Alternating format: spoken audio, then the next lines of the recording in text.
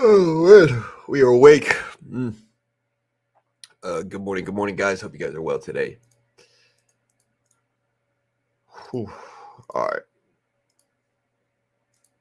C3 AI just didn't really do much after yesterday's earnings call. It was much slower earnings call than I anticipated. SPY dipping down, NVIDIA down to 460s. You can see the SPY today. SPY's gapping down slightly. It's not like a huge dip, but it's definitely down a little bit. We do have jobless claims this morning.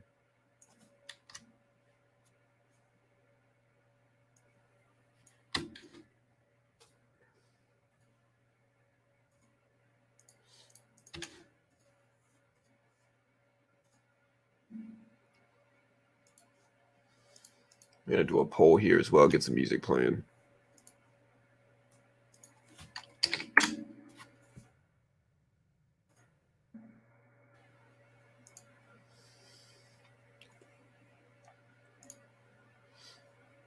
All right, so let me know how you guys did today. Yesterday was definitely a red day for me.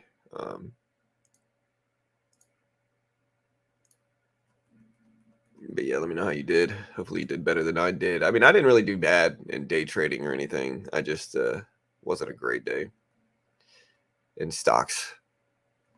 Most stocks were pretty down yesterday.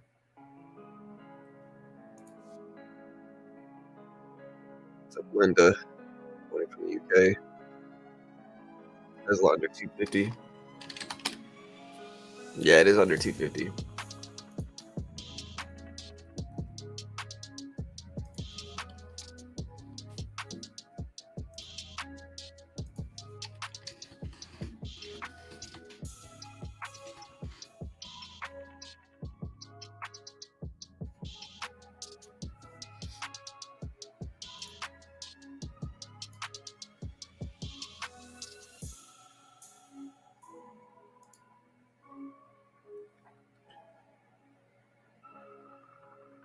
Yeah, we'll see.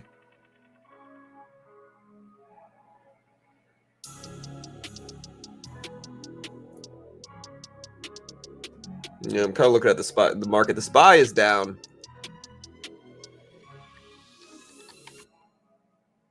Q is red also. Hey, what's up, Dylan? Thanks, man.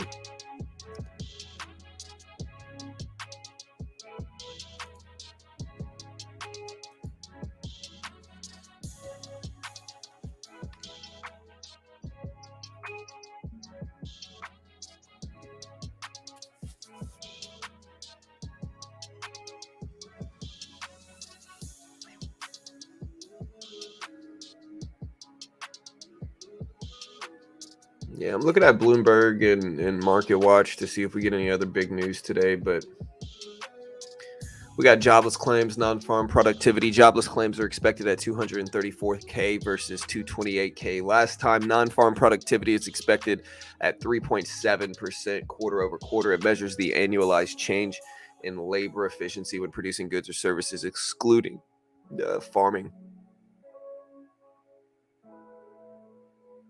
Higher productivity has the ability to boost wages without inflation. And so they're expecting 3.7% for non-farm productivity quarter over quarter. Last one was minus 2.1%. We got FOMC member Harker speaking at 10. Crude oil inventories at 11. But a pretty slow week. We got some Fed speakers. Tomorrow we don't really have much going on either. We got that new IPO debuting. It's called ARM, I believe.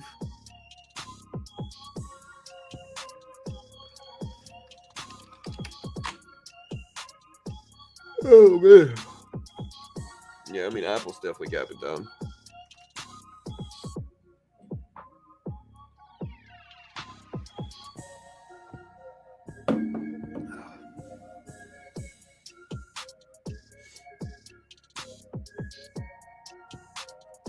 What happened to the bull rally I was promised? Well, you gotta stop looking at things like they were promised. Like, there is no bull or bear rally. It's just the market. You know, people acting like this is the end of the world Also, we're not really looking at a long-term chart. So like here's a daily chart. All right, this will give you a good perspective on what's actually going on, like how dramatic this pullback is, right? So here is the market since this year. So this is the market this year, right? I see so many people doom and glooming yesterday, but like yesterday was just this. Look how small this little blip is. Like the pattern's still green.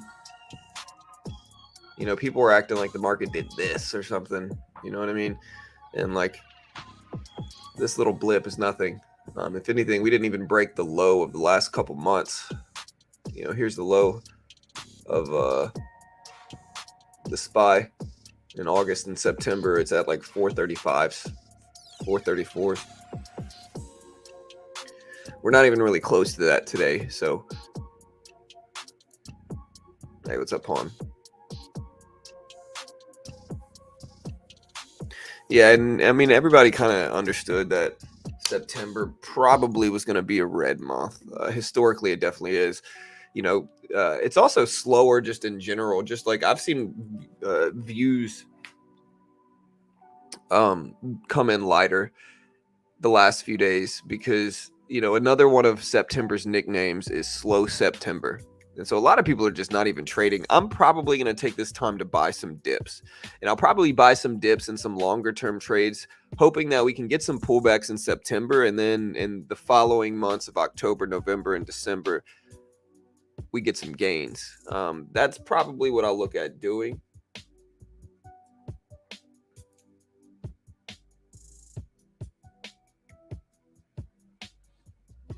See if we can catch some gains back in these. AMC was the one that took the biggest hit yesterday, though. Everything else is pretty much flat.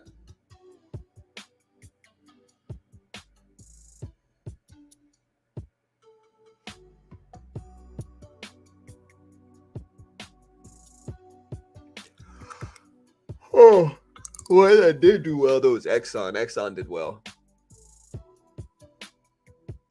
Yeah, I sent it. I saw it. Let me pull it up. Sorry, bro. What's up, Pawn? All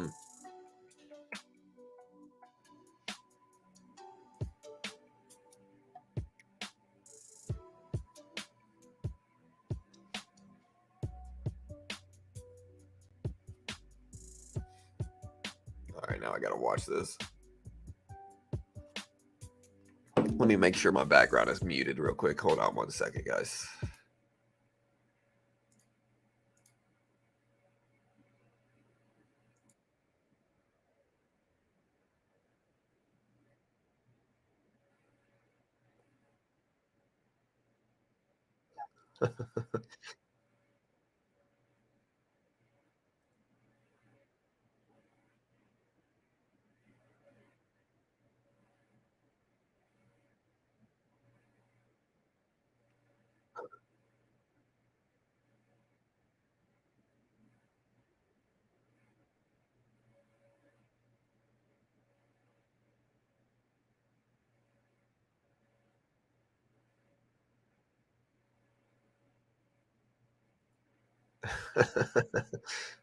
uh,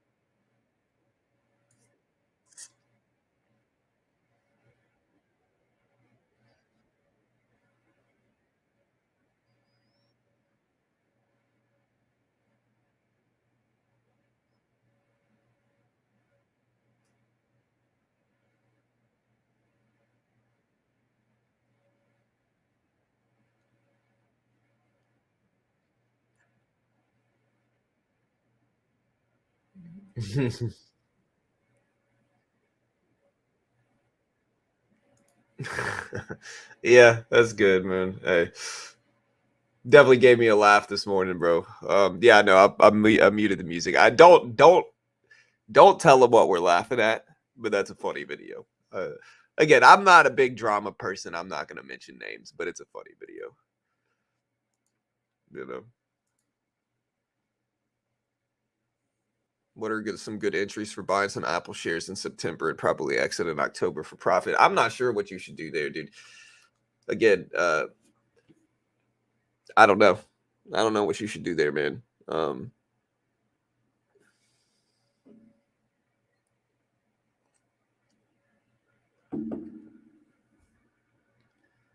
Yeah, I'm not sure, bro. Sorry, let me mute the music so you guys can actually hear it.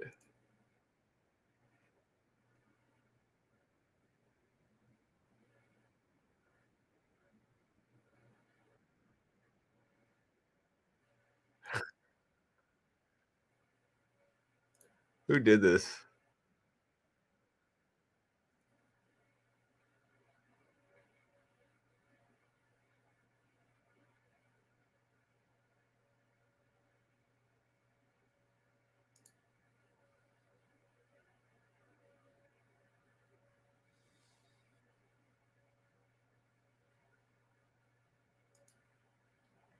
Yeah.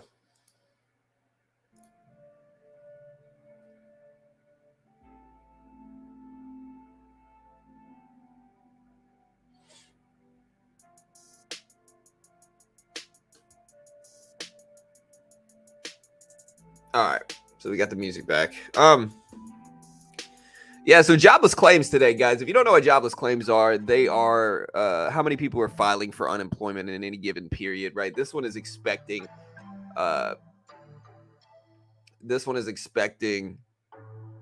234K, 234,000 for the jobless claims numbers. Last time we came in at 228. The market did react positively to the last jobless claim numbers coming in higher. So what that means is that the market might be fearing inflation, and less people working might be beneficial for people's expectations of inflation, because higher than expected initial claims reading did cause upward movement in stocks. Now, I think something else dropped simultaneous with jobless claims last week, and so in that, maybe that's what moved the market, and maybe the market didn't actually want to see higher jobless claims. That's very plausible as well. I'm not sure. But yeah, again, we're expecting 234,000 today for jobless claims numbers, and we'll see if we hit that or not. Again, everybody acting like this latest dip is the end of the world is just kind of not paying attention to the market. Again, we hit lows back here at around 435. So the SPY, we're at 446, 447 on the SPY right now. So the SPY has done this over the last couple days. I would assume we're going to get another bounce if we're going to continue that trend. I'm not saying we're going to, but I would assume we would. You never know, though, and anything could freaking happen here.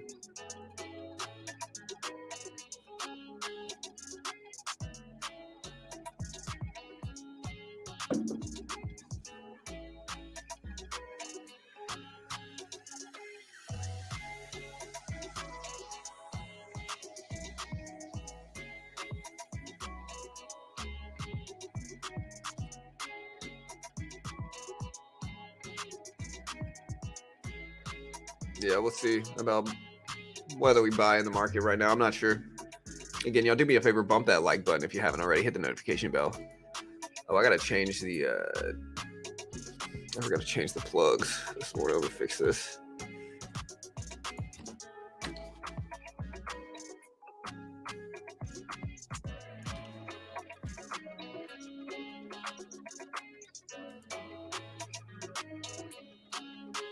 What's up, Sim? It appears the Fed does not know what numbers they want to see. They have admitted that they are unsure.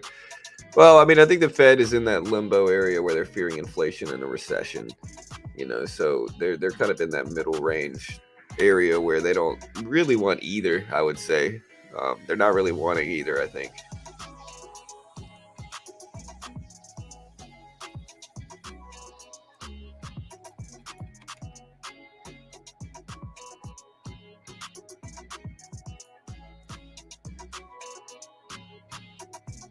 Almost 3 hours until the market opens. Yeah, for sure. We got jobless claims at 8:30 though, so in about 2 hours, we got jobless claims numbers. a little bit less than 2 hours, about an hour and a half, hour and 45 minutes. We got jobless claims numbers. So we're just trying to get everybody in here for that. Again, you can kind of see NVIDIA down today.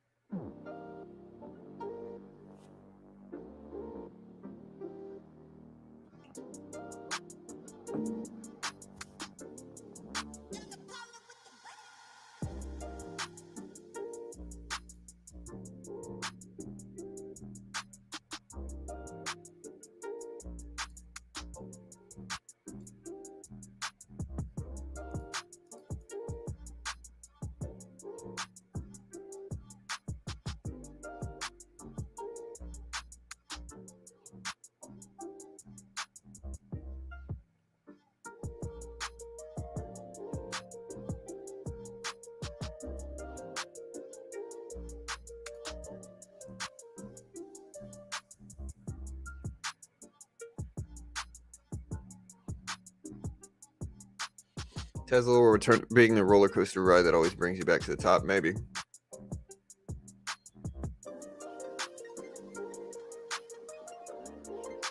I watched a seminar a few days ago where institutional trader told how they trade news. Basically, they predict the number and get out when it comes out, but it was 6 years ago. Yeah, but I don't think predicting news is really going to be in the, like, I don't think there's really any edge in doing that. You know, like, people can claim there's an edge. It's kind of like people who claim there's an edge in them taking big positions ahead of earnings, or taking big positions ahead of CPI or other economic data. It's kind of like people who claim that, you know, like, they can claim it works, but like, I think the edge and the actual logic there of predicting any of those economic reports ahead of time is pretty low. You know, like, maybe some people get it right, and I think with that, when people do get it right, they all of a sudden think they've got some crazy profitable system. Again, I don't know how many people that I've had come to my stream, right? And this is not just one person. These are like friends and like other people that I know. People have come to my stream and they've claimed to have some super profitable system where they're making like 20% a day and like all this crazy stuff, dude. Like, in options, they're saying they're making 20% a day in options and like all this different stuff, right? And then, you know, they come to me and they're like, yeah, I'm making this money. So they're like taking larger risks. They're taking larger risks. And then boom, they disappear. You never hear from them again. They just disappear, right? Why do you think they disappear? Right? And then they come back saying, yeah, bro, I lost my whole account. And it's like, of course you did. You're trying to make 20% in a freaking day, bro. Like, what do you expect to happen there? You know, eventually you're gonna get unlucky. Eventually it's not gonna work. And I try to tell people that, like, you know, you got to stick with what truly has an edge in markets. And it's hard to find. It's not easy. I'm not even claiming, you know, anything. It's hard to find. It's not easy to find an edge in markets. If it was easy, everybody would do it and everybody would be rich, you know.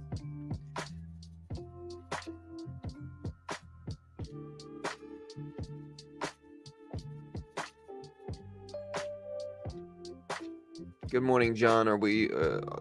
Good morning, John, and all. Are we in the correction or slump? Well, again, Paulo, I'm going to show you this chart here. Here's a yearly chart. You want to see it even better when a weekly chart. So again, we're going to have to keep zooming in here so you can kind of see what everybody else is acting like is a major correction in the market. I'm not really sure why, but again, let's take a look at this, bro. Look, this is the major correction everybody's talking about. I don't understand. You know, I get it. People want to be right, and a lot of people kind of followed Michael Burry into his trades, but, you know, again, that doesn't seem like a cause for panic for me personally. But maybe I'm wrong, and maybe this is the start of something. I don't know. I mean, you can have options, Michael, that give you over 100% return, bro. I'm not saying you can't make more than 100% on options. Options are different. But there's a difference between you can make 100% on your option play, right? On your option play. And when I say 100%, I mean, you can double your money in options, right? But when it comes to actual account growth, right? When it comes to actual account growth,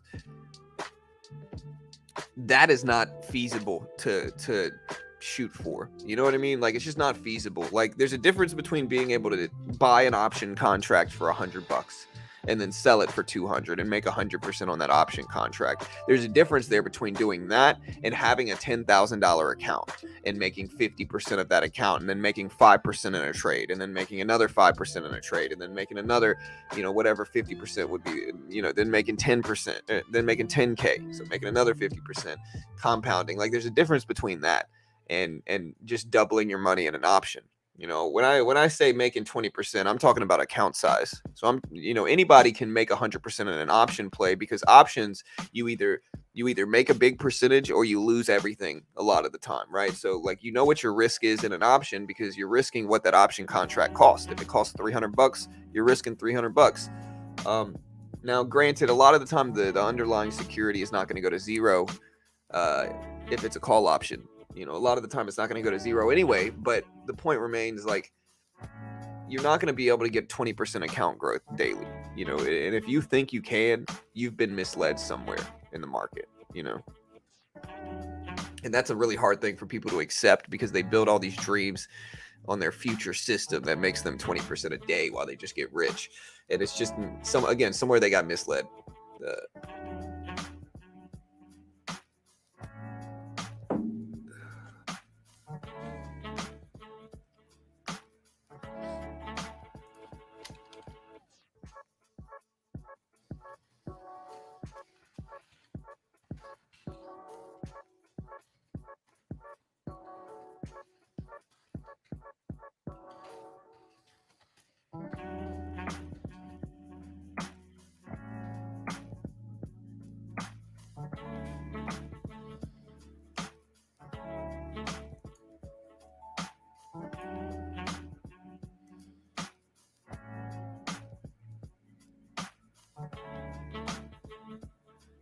Yeah, so I went ahead and posted the same thing on Twitter.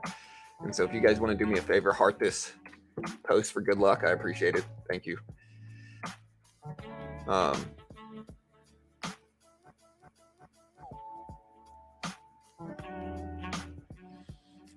Yeah, I mean, you could lose more than 100%, but that's only if you're on margin. The risky part of options is that, like, okay, and I'm going to do my best to kind of explain why a lot more gambling happens in options, and I'm going to explain it, and it should make a lot more sense to everybody at home, right? Like, this should make a lot more sense to everybody, so just stick around and listen for real quick. So with options, you get a lot more bang for your buck in regards to buying power, right? So with options, you can take bigger swings because option contracts allow you to take advantage of that volatility for less money. But that's not a good thing necessarily. Like, it's not a good thing to be able to swing larger with a small account. Like, in my opinion, at least, and it is subjective, I guess, but in my opinion, a small account should trade small. Like, a small account should be trading small. Because that's what teaches you how to trade. That teaches you how to manage an account. What doesn't teach you how to manage an account is if you can buy a $500 option contract that'll just have these crazy swings where you'll lose 25%. So you got $2,000 and you buy a $500 option contract, you're risking 25% of your account there. If that thing goes to zero, you've lost 25%. And sure, if you make money, you might make 30% or whatever it is, but eventually you're not going to. And eventually over time, if you keep doing that, you're just going to chip away at large percentages of your account. You're going to have these big drawdowns in your account that you're not going to be able to rebound from. Because if you ever look at the stats behind coming back from losses, you got to make more to come back from it. So it's just a big uphill battle. And options is full of that, because again, options traders get more bang for their buck. Like, you can buy a couple $1,000s worth of options, and if you get really lucky, that couple $1,000s worth of options will turn into 20 or 30K. If you get really lucky. But again, the key phrase there is you got to get really lucky. And again, how much you lose before that is, can be profound. And so it's just, a lot of people gamble away because they want to make big gains. They want to get that rush. They want to make big gains. They want to risk big money. But again, they're not really trading like that. Like they're just gambling. And anybody can take big risks and make big percentages. Like anybody can. I got a 50K account. I could take huge risks if I want and make 5 or 10K in a day. Like trading super risky, and 80% of the time I might make 5 or 10K.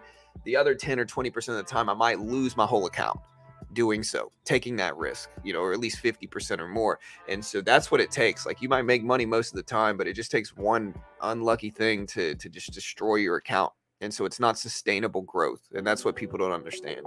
Like it's just not sustainable.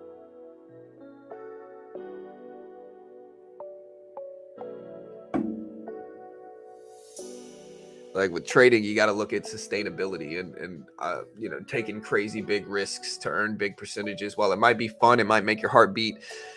It's just not the right move, in my opinion. But again, it is subjective. Maybe I'm wrong. Maybe there's some people that are able to do it. I don't think there are. I think most of them are just kind of a fugazi. But maybe so. I'm not sure. I might be wrong. I don't know. Boring is usually the best thing in trading.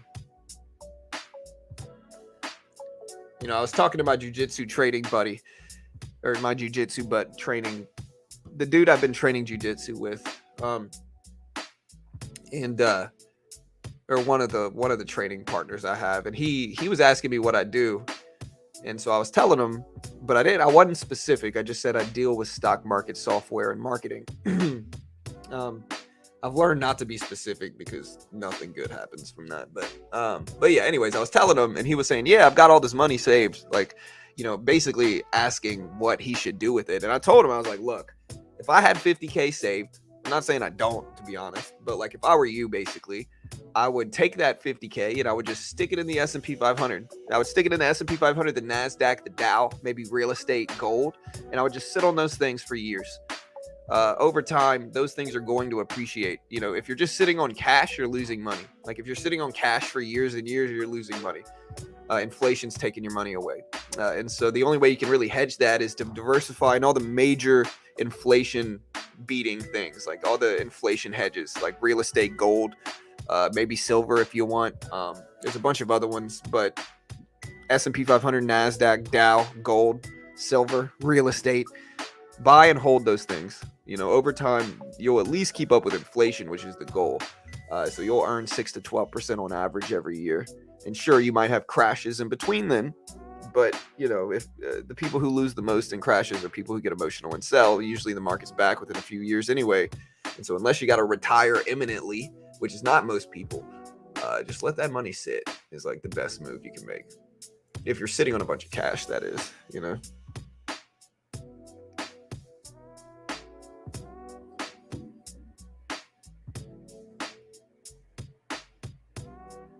Right, those are the stats I was talking about, Pawn. So if a stock loses 50% of the day, it then needs to go up 100% just to get back to break even. And then the more that happens, the harder that climb becomes.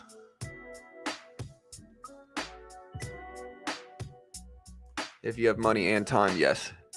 Right, but I mean, again, it depends on how you look at it, I guess. A lot of people, they want to invest, but they don't understand that investing really takes, like, you just got to sit tight and not do anything, man. Like, you just got to sit tight and not touch it,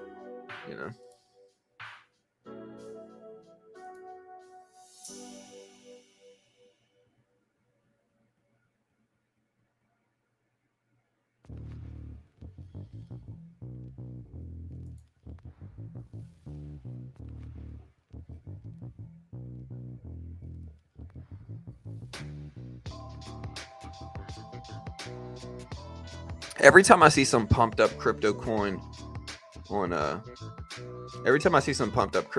Twitter, I'm always pretty skeptical of it. Like, I just see so many different pumped up coins that, like, I'm just distrusting in all of them. They all tell you that the airdrop is going crazy, successful. Like, at a certain point, it just seems like marketing.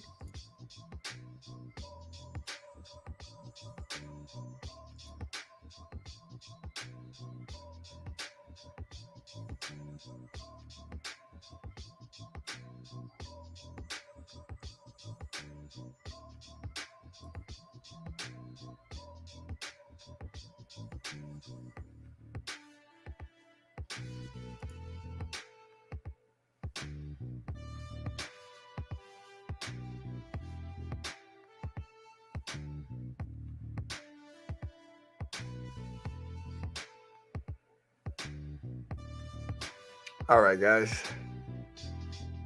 How does jobless affect the market? So jobless is how many people are filing for unemployment. So it's kind of like another look at unemployment data, but this drops weekly, so it's a little bit different time frame.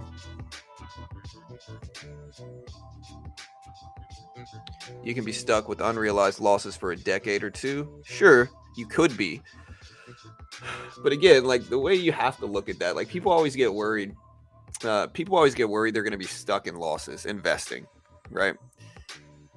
I'll tell you this. I've got, if you want to know what changed my view of markets, and number one, I still day trade. I still love swing trading. I still love day trading. And I still do these things regularly. Obviously, you see me do it every day.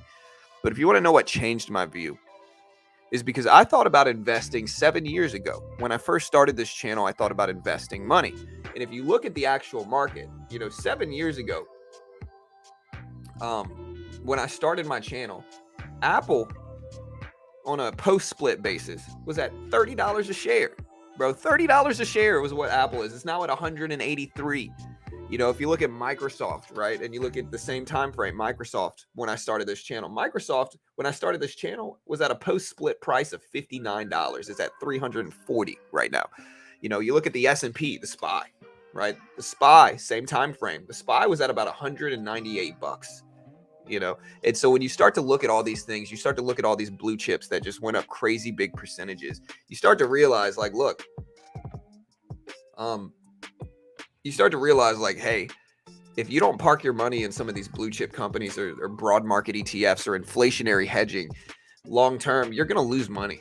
Like you're losing money because inflation has increased over that point in time. And so a smart trader and a smart investor hedges for inflation. They park their money and they let it sit. You don't have to park all your money, but like if you don't do investing long term, where you're parking your money and again, either real estate, gold, the S&P 500, Nasdaq, Dow, whatever you want to use there, if you're not parking some money in those things, you are losing money long term.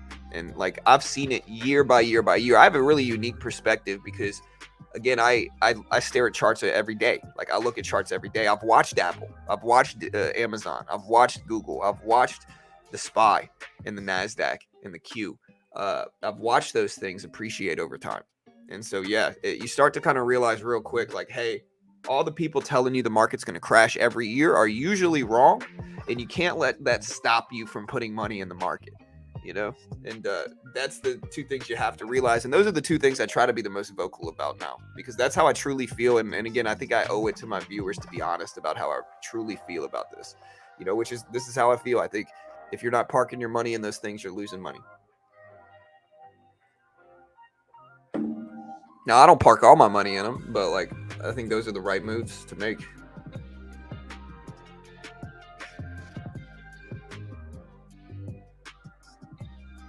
What do you think about the real estate bubble? Some think we'll experience 2008 again. Yeah, I think real estate's certainly risky right now, but I think you have to have the same perspective of this, which is that your entries matter less than your exits. Okay. And so again, real estate people said the same thing, bro. Listen, I experienced 2 cycles of this. Okay. So I experienced to put this into perspective, we moved.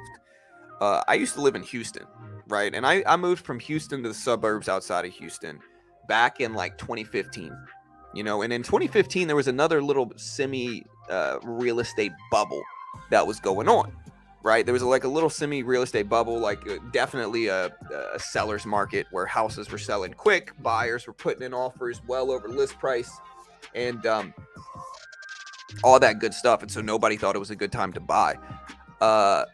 When we sold the last house, we sold it for much more profit, and it was also losing. It also was like kind of like needed a lot of repairs and stuff. But the point is like regardless of bubbles, again, if you hold it long enough, it's going to appreciate. The same thing with real estate, the same thing with stocks. And so I do think there might be a bubble right now. And again, I'm a real estate agent, to put it into perspective. I don't practice that much, to be honest. I just kind of have my license, if I need it for business. But in Texas, that is, I'm a Texas agent. But yeah, the point is these things are going to appreciate over time, regardless of anything, and you can't, again, your exit matters more than your entry, so like there's always an argument on not buying right now. But what happens is that people have that argument and they talk themselves out of it long term, and they miss out on everything because, again, maybe they're following somebody telling them the market's going to crash, or they're telling them all this different stuff. And again, if anybody understands true investing well enough, you understand like things are going to appreciate over time. It might take time, it's certainly but people want quick money, they want fast money, they want it now, and very rarely do you get it now, unless you get really lucky with your entry. But I digress. I'll stop. I don't want to lecture people. I'm just trying to tell people the truth. I'm not, hopefully y'all don't see it as a lecture, because I'm just trying to teach you guys. I know some of you all already know this, but it's important stuff to really understand, because that should be your base of investing, right? Your base of investing, or your base of finance, should be investing, right? And then you can also day trade, and day trade can set up some great possibilities. You can also swing trade, and swing trading can set up some good possibilities. But yeah, SPY started to head back up over the volume weighted average price. Let's see if it actually holds. It's at 445s right now. So definitely a slightly red day, not a huge red day. Nvidia's down. Again, this is weighing on the market a ton right now. So Nvidia weighing on the market. We did have C3 AI report earnings yesterday. Good earnings, but underwhelming reaction to this. They dipped down from about $32 down to $28, about $4 a share. So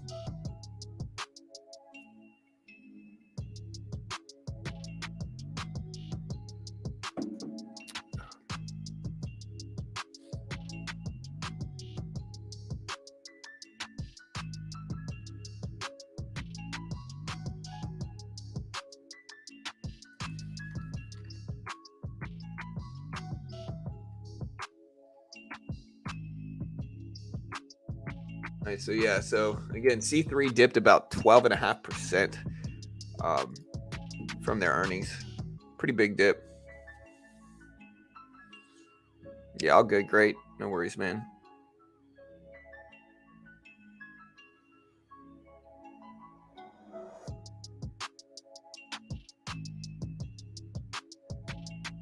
Be cautious on being completely bullish. I'm an old man, and I've seen many downtrends in the last 60 plus years.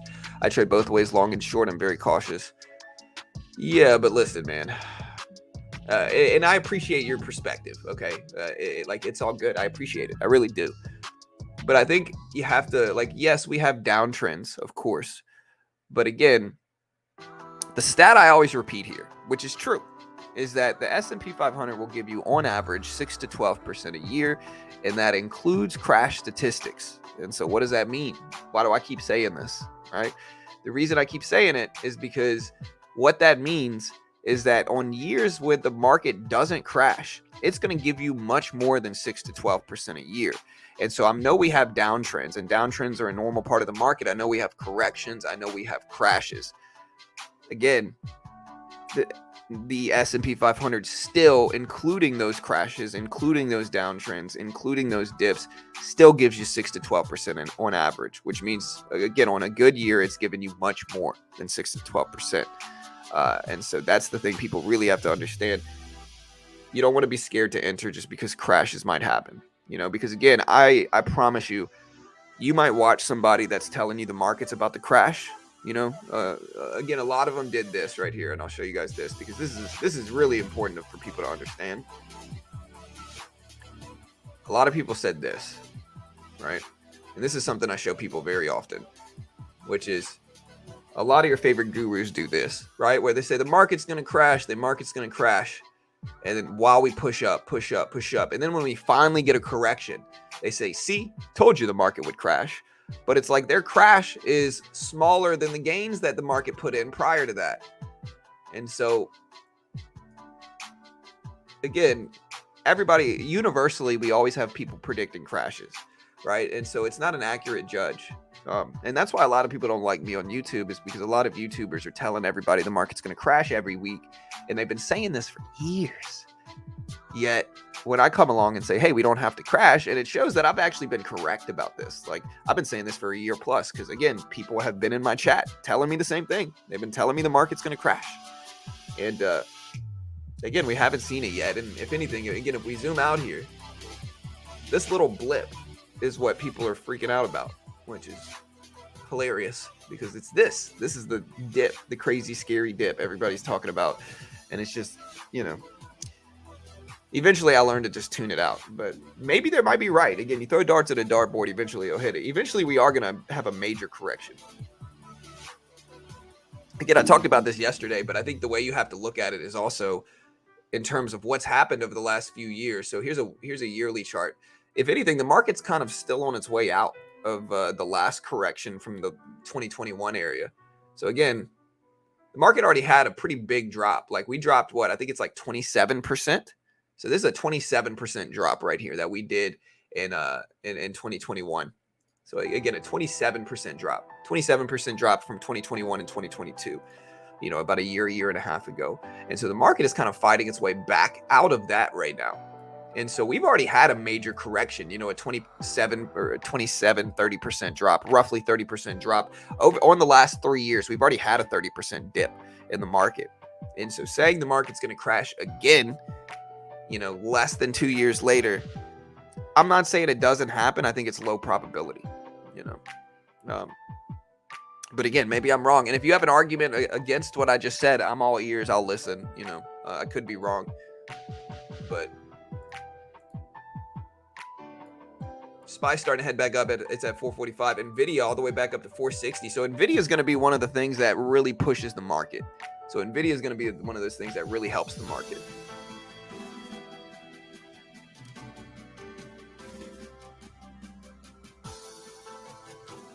I've seen people lose it all, and I've seen people get filthy rich. I'm just saying you have to be very cautious. Oh, for sure. But again, I think that's if you're trading, Gary. Like if you're doing short-term trading, you know, yeah, you can lose it all. You can get filthy rich.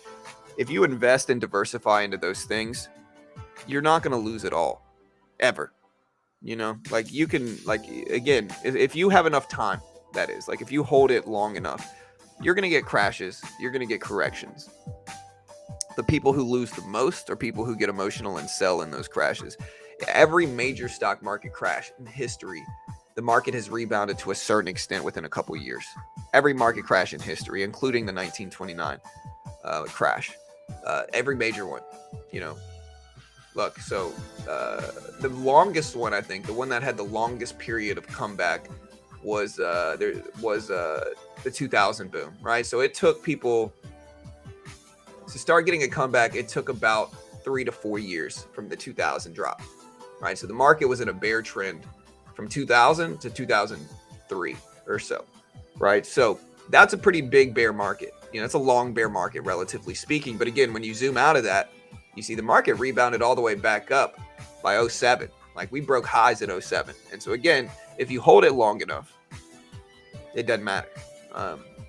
You know, you can look at 2008 and see on 2008, market crashed in 08.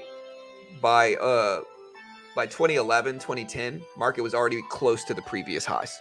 You know, so like generally, market's going to come back.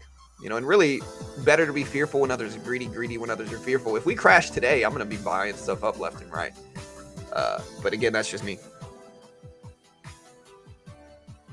Define crash. Crash, I mean, I guess I should differentiate those two. Technically, a crash is a very quick drop within a couple weeks of over 20%, I believe is what it is. Other people are going to have different definitions, but I think the base level is 20% minimum, you know, quickly. You know, can't be a bear market. Like some of this stuff's just bear markets, but the crash, I think, is within a couple weeks, 20% or more drop. So we have jobless claims coming out at 8:30 in a couple minutes.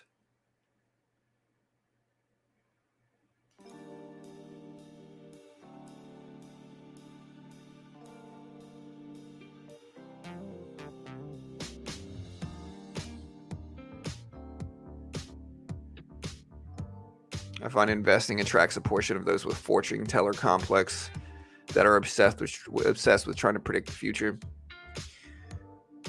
I don't think so at all. I think most of the time investing attracts big money because investing has very obvious historical returns, you know, in which, like, if you diversify and buy blue chips, S&P or NASDAQ if you want, and you hold for 5 to 10 years, you are going to make money. It's not a question on whether you'll make money or not. Like, you're going to make money if you do that. I think that is a more profound given edge than anything else in the market. And so investing just attracts actual big money because big money understands the significance of that. I find that short-term trading certainly attracts more predictors. You know, there people all the time want to know what stocks are going to do at the open, or what stocks are going to do tomorrow morning, or what levels stocks are going to be at tomorrow. And I think that is very low edge. You know, you can look at major psychological levels and all that good stuff, but again, it's just very low edge in my opinion.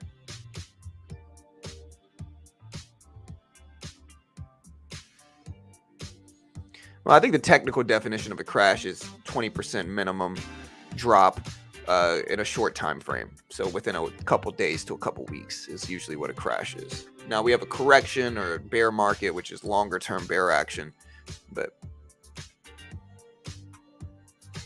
maybe straight jacket, maybe, bro.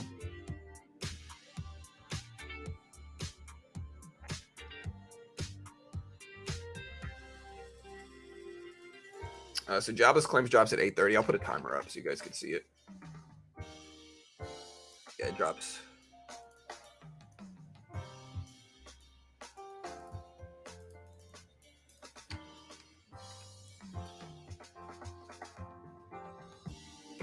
All right, so here's Jobless claims in about an hour and 15.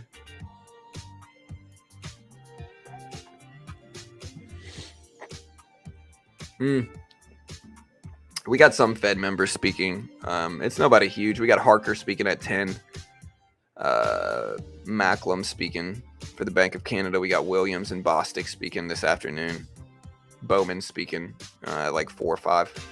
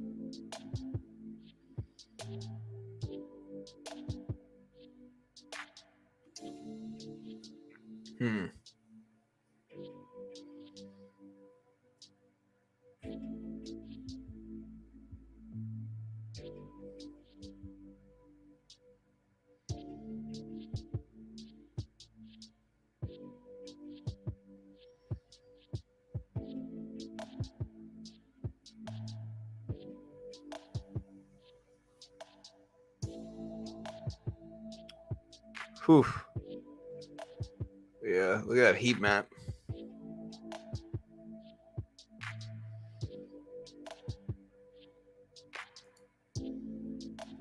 Jobless claims about an hour and 15. Yeah, for sure.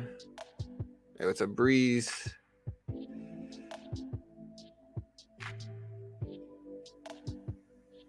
Yeah, but again, Bao, you're so overwhelmingly bearish, man, most of the time, brother, that like again, it's one thing to be bearish, but like it depends on which time frame. September is called, there's a lot of nicknames for September. Slow September, the September slump. generally you get lower economic activity, lower market liquidity and movement, and that's not a shock. On average, the S&P loses about 1 to 1.5% in September. Which means that like sometimes it's lost way more and sometimes it hasn't. But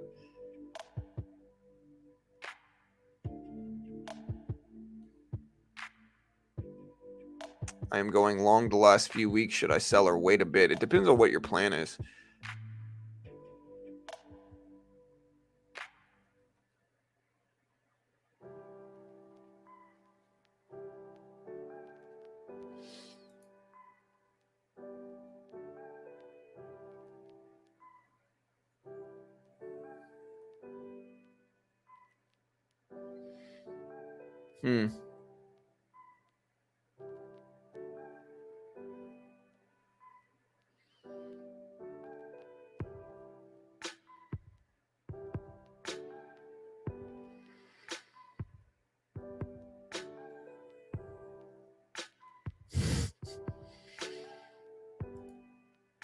So Dyson has a factory overseas that runs 24 hours a day and puts its vacuums through testing.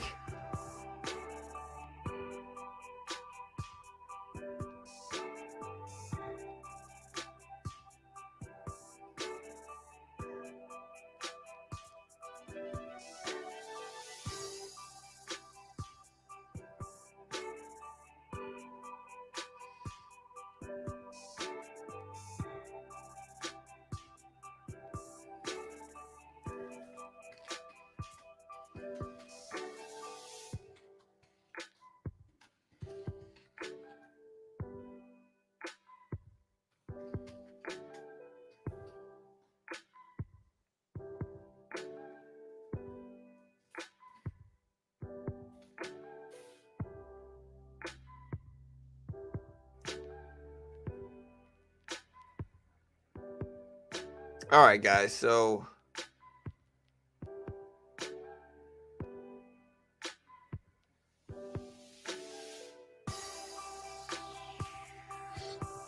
we're just kind of hanging out watching something.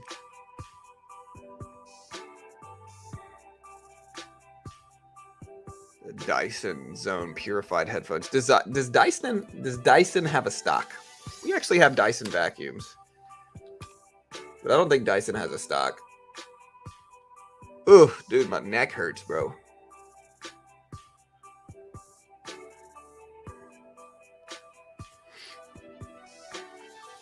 Yeah, dude. I've been doing jujitsu, man, in my neck. Ugh.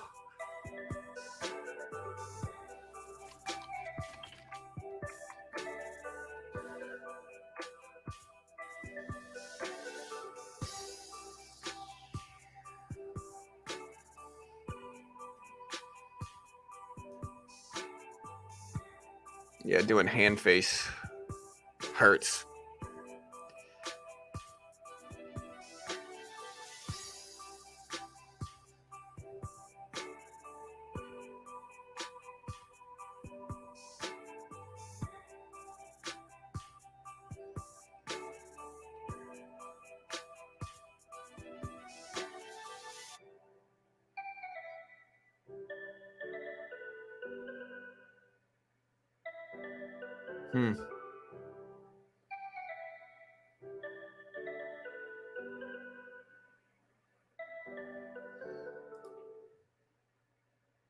Dyson is private. Can QQQ 370 today? It could. I'm not sure if it will. BB on my watch list now, given their 11% drop from prelim.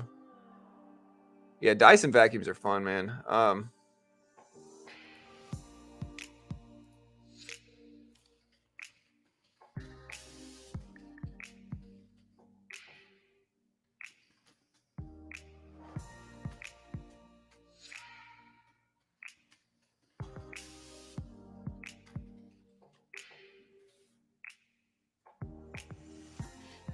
Q 52-week high 387. Yeah, so let's take a look at the NASDAQ. So here's the NASDAQ right here. Again, we're at 370s. 370s on the NASDAQ. We'll see if this holds. Again, we'll see.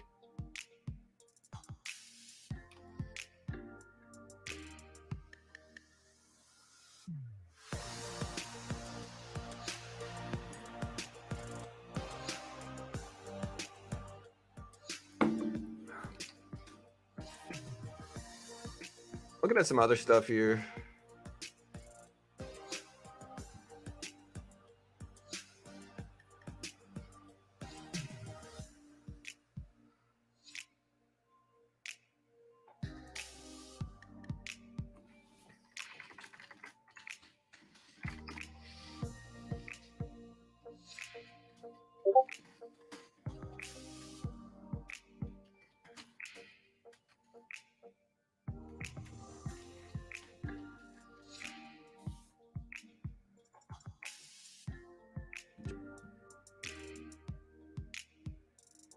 Looks like most of retail were actually bullish at the start of September. Surprise, I get the numbers Friday.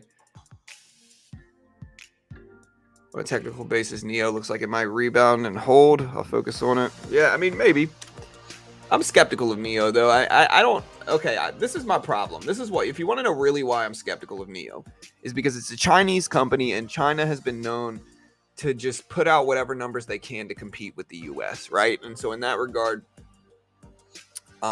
like when you look at stuff like what happened to Alibaba as a company, and the, you know, the administration over there, they I don't know. I think there's risks. I think I've always made it a rule never to invest heavily into any company over there, because there's just too much risks and volatility with the government. In terms of, like, if you don't know what happened to Alibaba's Jack Ma came out and he said like a couple things that were like mildly critical of the CCP. And within a year, Alibaba had lost like 60% of its value, billions of dollars in value, and Jack Ma basically disappeared. And so anytime you have that type of thing, I don't really want to park my money there, regardless of the potential gains. And Neo is no exception to that. I'm just incredibly skeptical to buy up any of these EV companies that are over there. It's just too much risk. There's too much risk. There's too much unknown. I need stability long term, and that's certainly not one of them.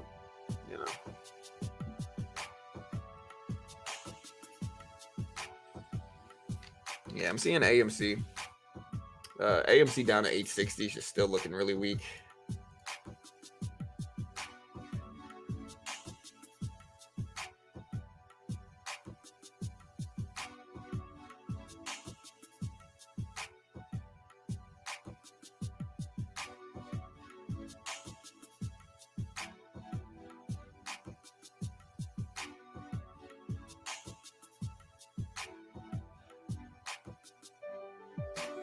Yeah, Apple. AMC just dipped even more. Let's see if there's any like recent news on this, but AMC fell down even more already, man.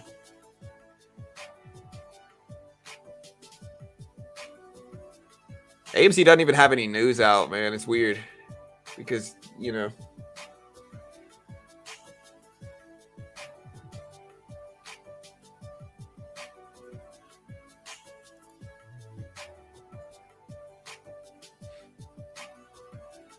So what is AMC's actual float, I guess is what it is. Like, what's the actual float for AMC? Hey, what's up, Wesley?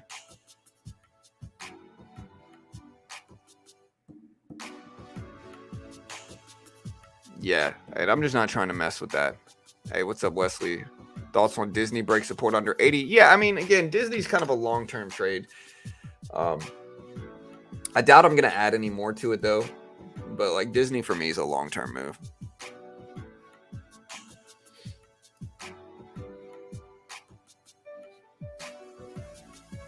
What Apple conference is there?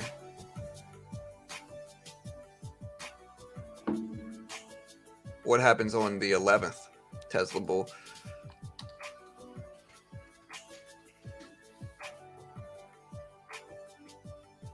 Oh, the Apple conference is on the 12th. So Apple conference is next Tuesday.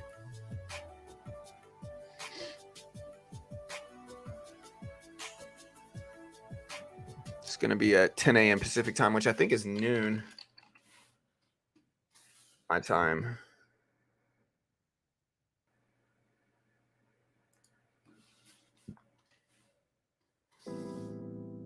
Yes, this is noon my time at 1 market time. We'll probably cover it, though. It's the Apple event, so we'll probably cover it.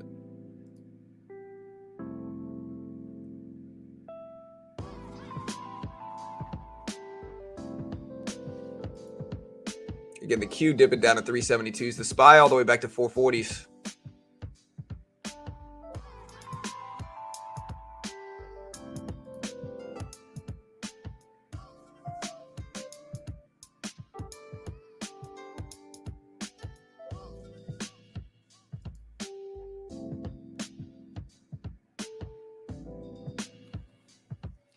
Yeah, I mean, that's probably a good move. I'm not adding any more to Disney right now.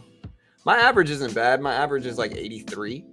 You know, we're almost at 81. So it's like I'm not that far away from my average here. But I'm not going to add any more. I just don't see the point. You know, we got to have some risk. I got to be risk averse here. And I just not really. Again, I'm in a bunch of different positions. I'm holding about 35K worth of investments or swing trades.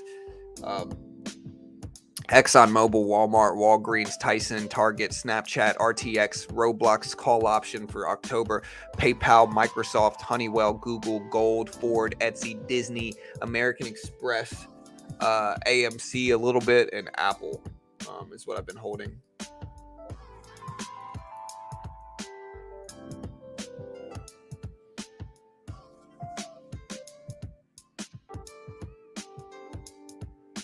Isn't there supposed to be a car show event of some kind that Tesla's participating in next week? I don't know.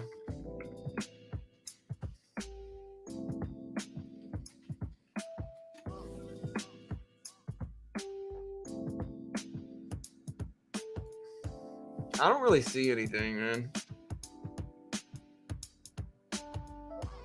You know, so Musk said that the Cybertruck handover event is expected in Q3 of this year, which likely means September. But again, he said this in April, and so who knows when it's actually going to be. I feel like he would have updated us already if it was going to be this year in September. Investor Day was in March, so that's already done.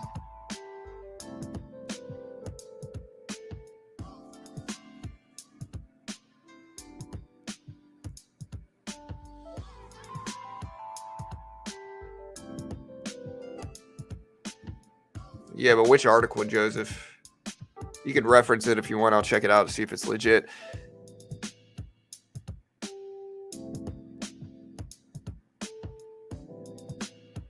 CVS.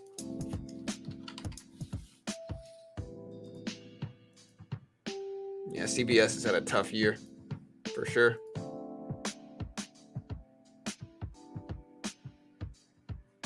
Hey, why Snapchat? My Snapchat trade's pretty cheap. And I'm green on it, by the way. My entry on Snapchat is 927. That's my average. So 927. But again, it's a small trade, and I've already actually taken some profit on it. The reason I bought Snapchat was because at the time it had dipped a lot. Like, this is when Snapchat dropped all the way down to, again, like $9 a share, $9 a share. I think Snapchat has hundreds of millions of daily active users. And so for a company that's $9 a share that has hundreds of millions of daily active users, and it's such a relevant thing. The reason I bought it is because my daughter wanted Snapchat. She said all her friends have Snapchat, which means that, like, which I said no, because I don't let my daughter have social media. But the reason I bought it is because that told me that young people still use it. And so I think if something has hundreds of millions of daily active users and is still being desired to use by young people, then there might be some value there. But again, it's a small trade. I've already taken profit to a certain extent on it. I've already locked in some, at least. Again, my average is 927. It's sitting at about 960 right now. And this is not like a huge range stock either. But I've made a bunch of money on Snapchat over the years.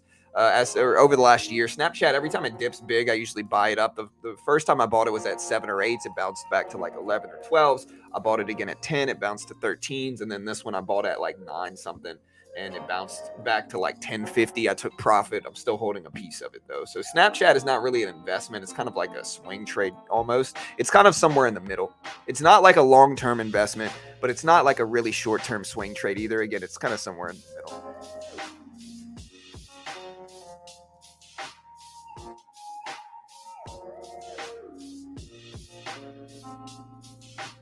In what way, Eli? Palantir View, AI play. I've heard a lot of hype about Palantir over the years, and it just hasn't made a big push like a lot of people want it to. Like again in 2021 it was at $45. I mean, it's made a push over the last year or so with AI hype. I don't know enough about Palantir to buy it though.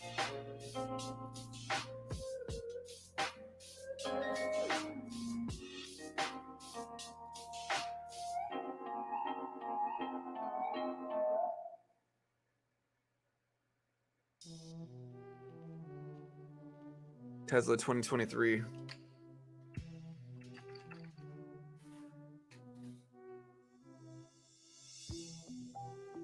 All right, so Tesla is going to attend the 2023 Detroit Auto Show. Will offer Orange Street rides and drives.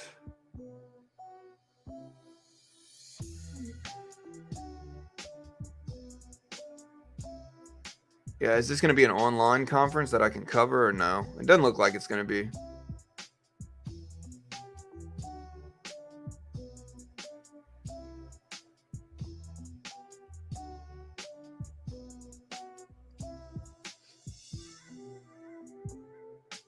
Nvidia split in 21 at like 650s. Yeah.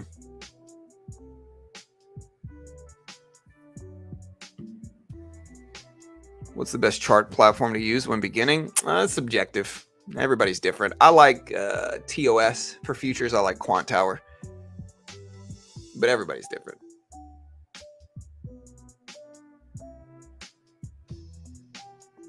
This is the time in the market when groups can put out as much negative news they want to and influence the negative sentiment. Yeah, I mean, that's what people have to really understand. Like people say they're contrarian and they say they want to bet against the market, right? But again, I've said this and I'll say it again.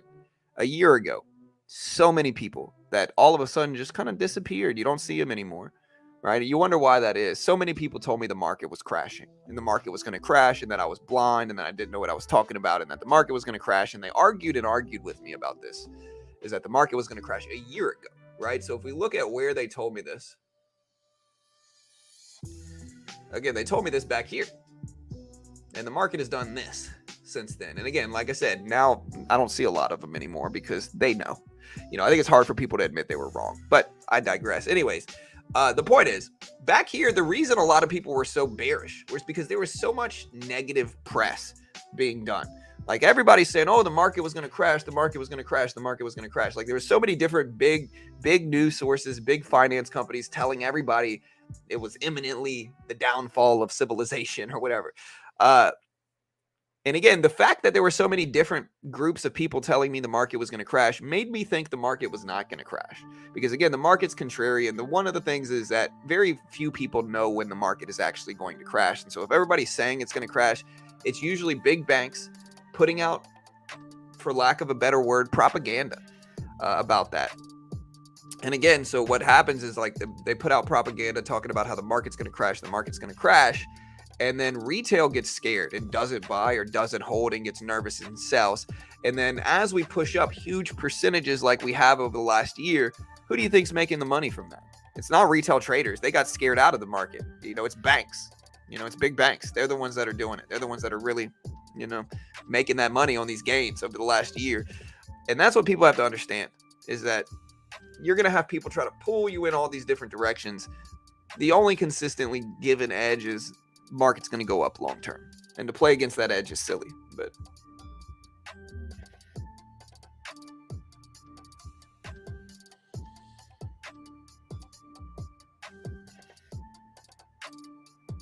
no, not really, Charles. I mean, I'm not saying it's never happened, but not from what I can remember.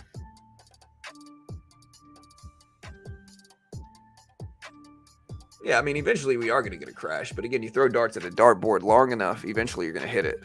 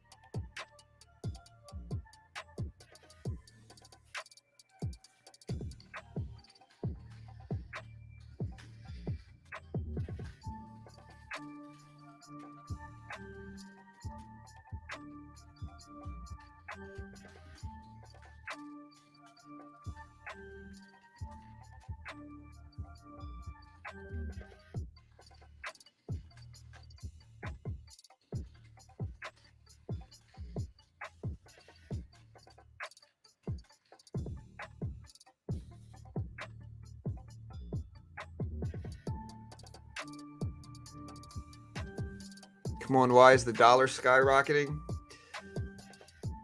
I mean, listen, man, the dollar is, you got to understand how the dollar moves, man. You really do. Like, you got to understand what the dollar does. All right. So, again, I'm going to give you another example of historics here. So, the Dixie,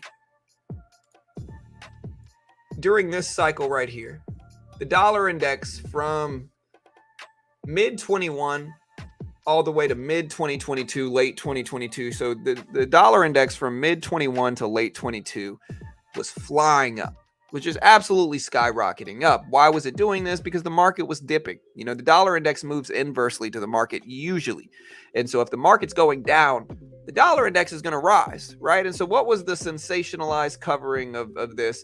Oh, the dollar index is flying up. The dollar index is ripping up, guys. It's the end of the world as we know it. The dollar index is rising up. Inflation is so high right now. The market is falling. Oh, no. It's the end of the world, right? Then you kind of look back. And then the dollar index, which really has been dropping, if you look at this. So, like, the Dixie has been dropping since late 2022. Like, since September of 2022, the dollar index has mostly been on a huge dip, right? But people don't look at the long-term view of this. They just look at short-term and they say, oh, no, the dollar's, too high. And so what did they say then? So, again, remember, back here, they said, oh, no, it's the end of the world, right? They said, oh, no, the dollar's flying up. Inflation, it's the end of the world right here, right? And then when we started to dip since September, they've said the opposite. They said, oh, no, the dollar is going to crash. The dollar's crashing. It's the end of the world as we know it. So no matter what side it's on, they're going to act like it's the end of the world.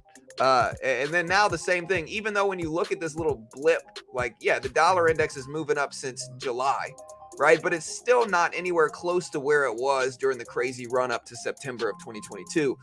It's still pretty flat. If you look at it all year, the dollar index is pretty neutral, right? But now what do they say? They're saying the same thing again. Oh, no, the dollar index is running up. It's the end of the world as we know it. And at a certain point, you got to just kind of stop, take a step back and say, hey, they're just sensationalizing everything. You know, the dollar index is flat over the last year. It's not like it's crazy high up or crazy high down. It's just flat. And again, usually there's going to be an inverse correlation with the Dixie and the market itself.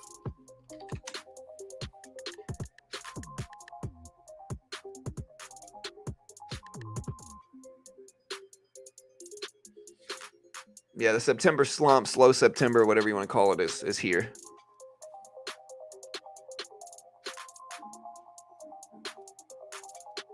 Right, exactly.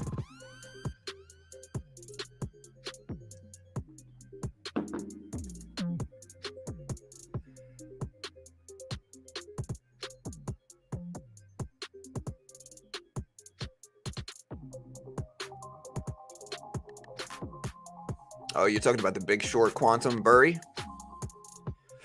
Yeah, I mean, Burry had to hold those positions, and he had to pay premiums on those positions, kind of like yeah, he had to pay premiums on those positions. And so those positions, if the credit rating agencies rated those mortgage securities high, so basically, like, if the short position went against him, he had to pay premiums on it. Is what it was.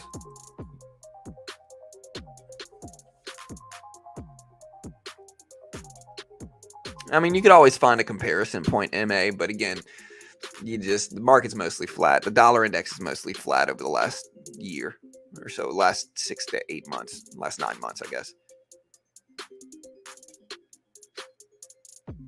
Hey, what's up, Ricky? U.S. debt clock was up 63 bill this week, so more people needed them.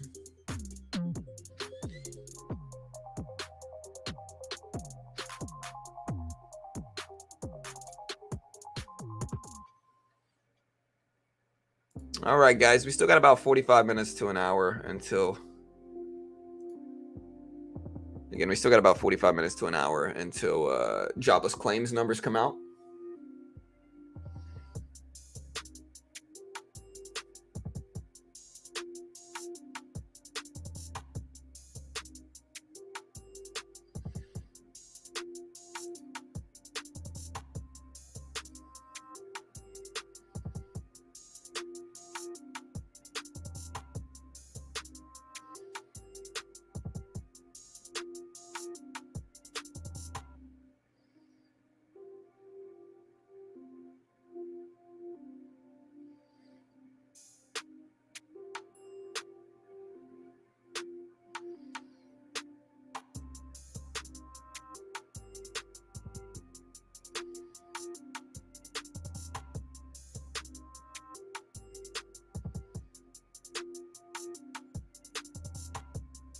Yeah, I'm watching this video of this Tesla full self-driving that failed to stop for a baby.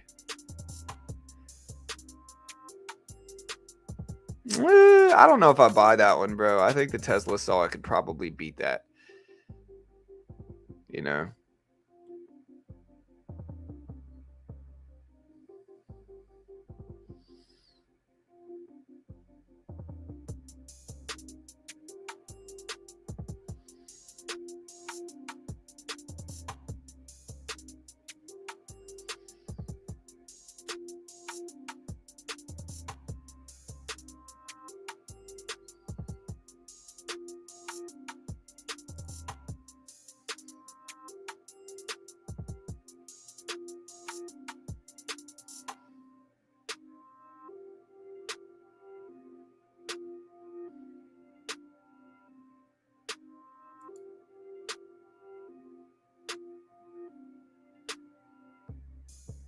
Yeah, what's happening in 2 weeks for Tesla?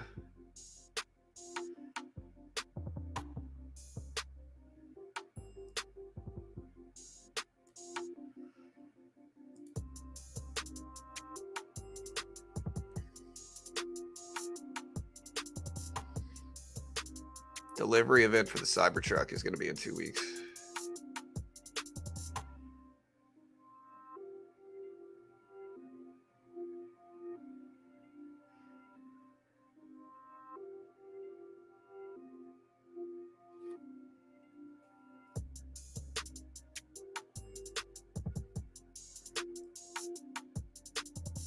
Wow.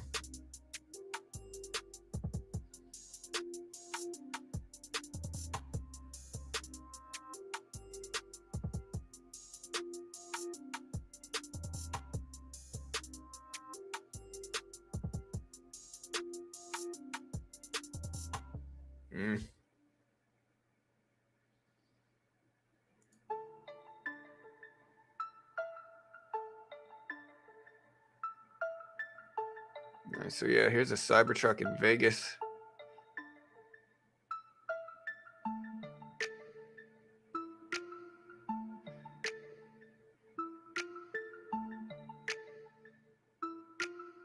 That thing looks cool. All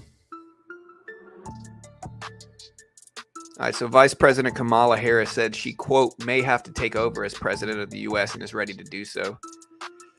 I mean, I think we all kind of saw that coming. I'm not really touching on politics. I'm not even going to say whether I think it's a good or bad thing, but I think it's very obvious that that's going to happen. I mean, yeah, it's just very obvious, but it's okay.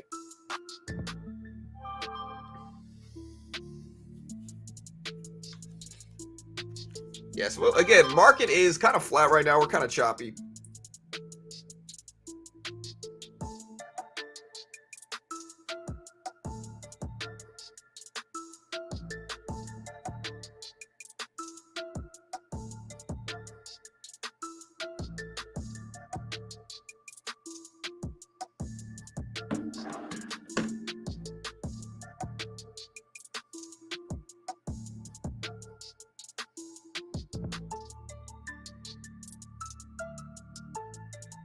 Yeah, people are starting to say Airbnb is worse than hotels now, that hotels are worse. And I kind of said the opposite yesterday, but I always choose not to stay at Airbnbs. I actually rather go with a hotel because I know at a hotel, my big thing with Airbnbs is cameras. Like, bro, like you don't know what kind of weirdos run these freaking Airbnbs, man. You don't know what kind of weirdos run these things. You don't know where the cameras are. I don't want to feel like people are watching me.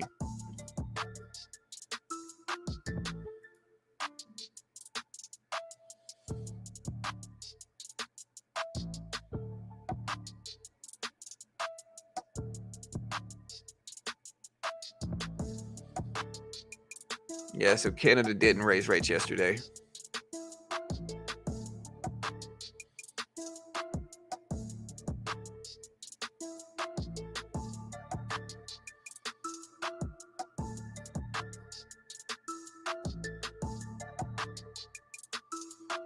Yeah, maybe. I'm not sure.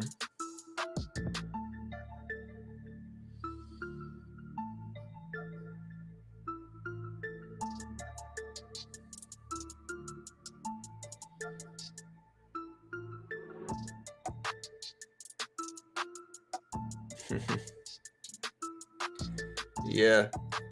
I just think that Airbnbs, the problem with them is are expensive. They're freaking expensive, bro. I remember I stayed at an Airbnb in Michigan for like 2 weeks, and it was like I don't even think it was 2 weeks. I think I stayed there for a week and a half, um, and like I stayed at the Airbnb for like a week and a half, and it was like $4,500.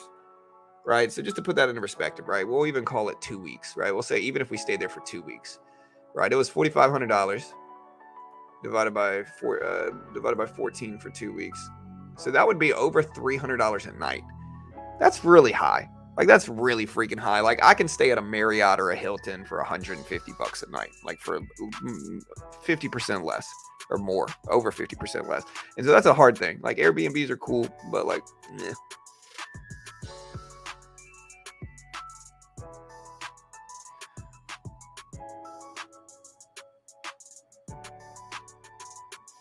Hey, what's up, Shepard? Wonder if NVIDIA goes down to 420 to 400. Yeah, I mean, maybe. A lot of people are skeptical of NVIDIA now. I think C3 AI's earnings yesterday made a lot of people skeptical. Again, we covered C3 AI's earnings yesterday. And again, you can kind of see C3 is all the way down to 2820s. So it just had a bad day, man. It was just rough for C3. It's just, not a good time for them. Again, they're down like 12%. Isn't it too much paranoia? I don't think so. I think there's been so much stuff coming out about cameras at Airbnbs that like, and again, it's so hard to judge, and there's no actual like, there's nobody really making sure there's not, right? So there's nobody actually making sure there's no cameras.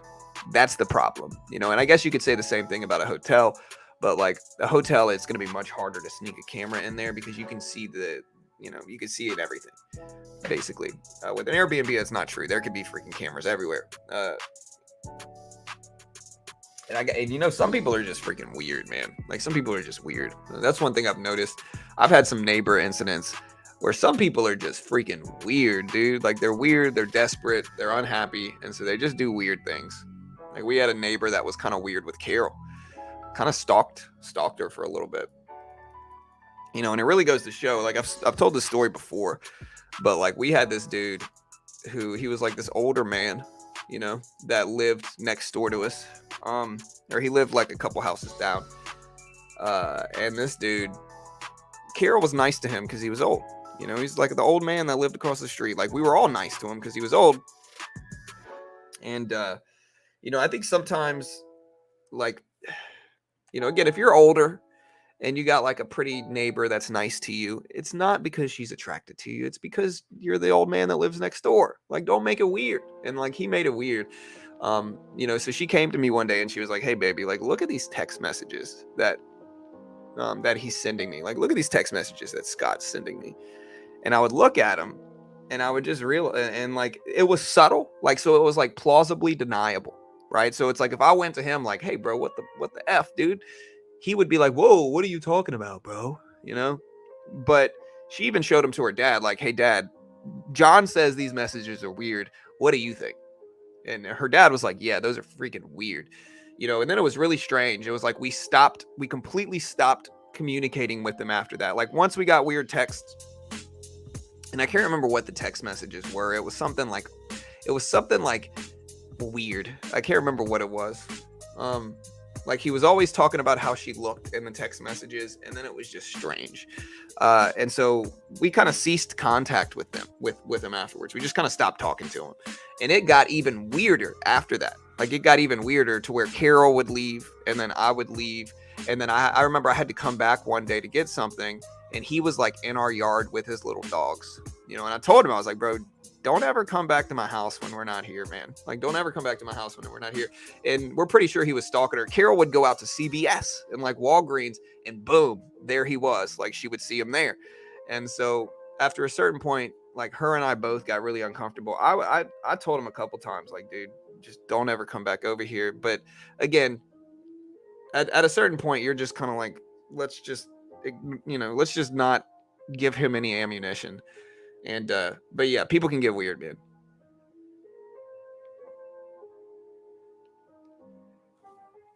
Yeah, because she was just trying to be nice. Like, she was really just trying to be nice. But again, I think maybe he was having problems with his marriage and he wasn't happy, and like, I think that can kind of, you know, make people a little bit delusional, I guess is the best word. Because this is like a gray-haired, short, like a really short gray-haired old man, a little bit overweight probably. Um, and yeah.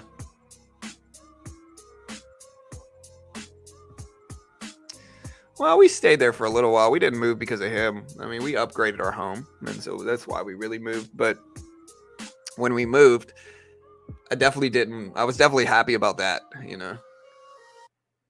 because it's not like I'm even scared of this dude. Like, this dude, like I said, pretty small dude. Like, I'm pretty sure I could take this guy if we got into it. But like, it's just weird, man. Like, just strange.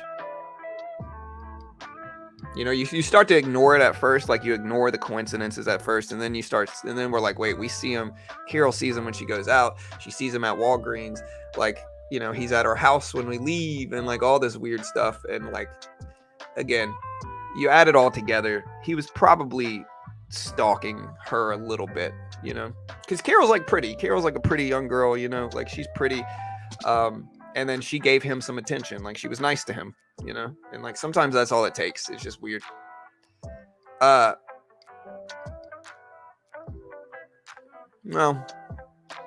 I'm in Texas, Eli. This is the wrong house to try to do something like that in. I'm not going to be specific, but that's just not the right house for that here.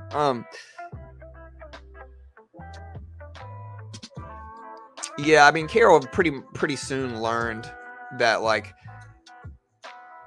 you can't give anybody anything,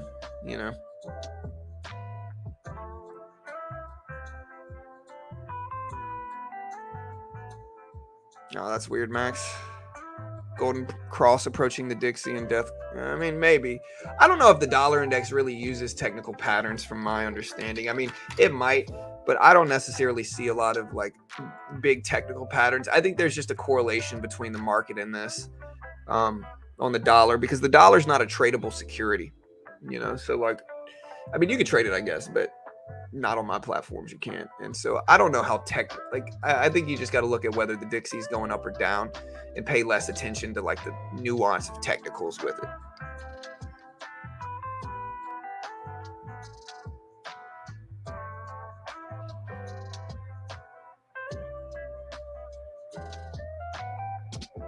Yeah, for sure. Exactly, Shepard. Yeah, I mean, people can be weird.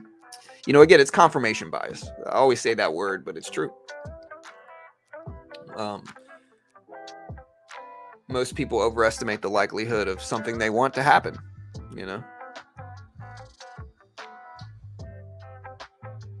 Oh, yeah. I mean, we were pretty stern with them.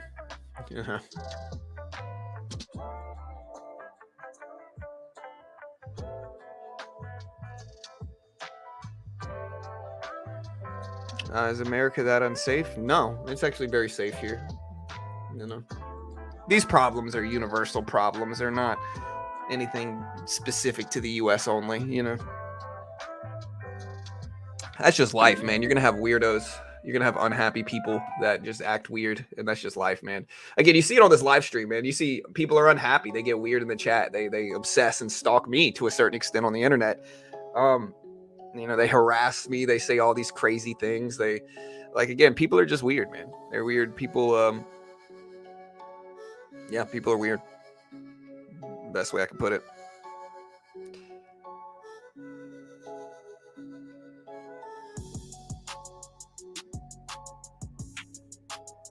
Yeah, you could trade currencies. I'm not a big currency trader, though.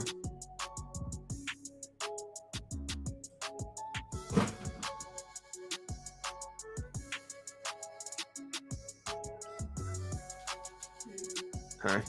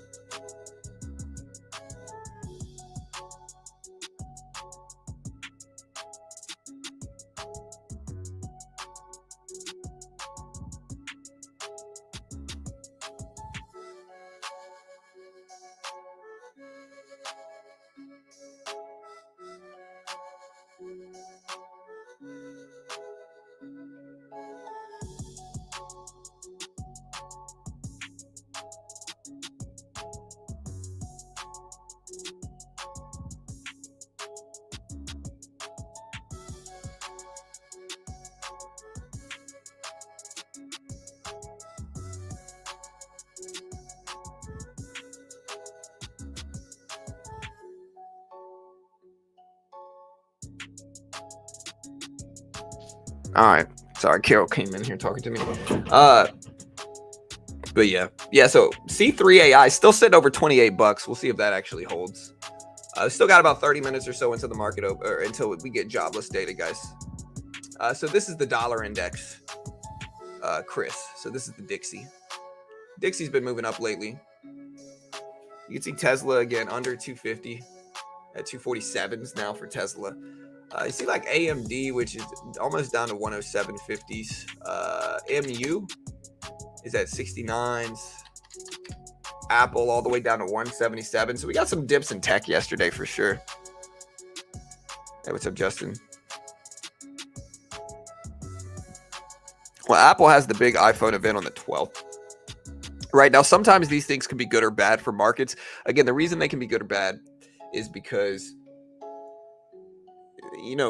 again, hype can build and people have all these crazy expectations for these events. And then if they're underwhelming, that can be really bad. I think the last event that I covered on Apple was a little bit underwhelming and the market definitely reacted that way after the event. And so I think that's something to watch for sure.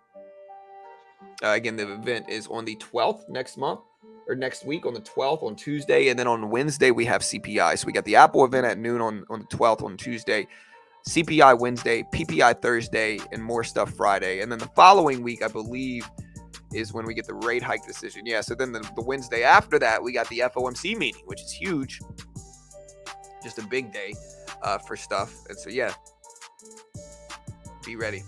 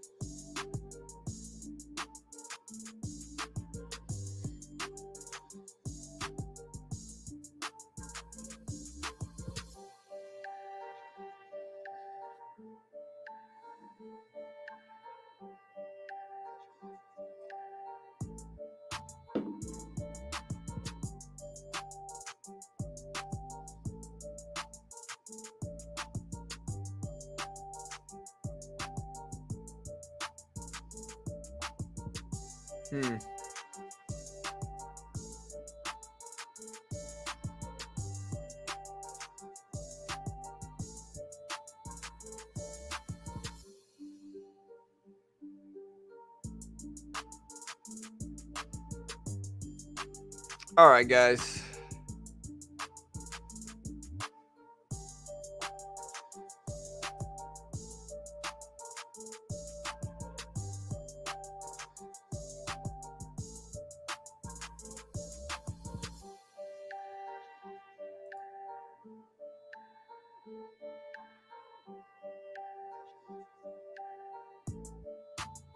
Anything else moving that is volatile this morning? I'm not seeing any crazy big stories in news.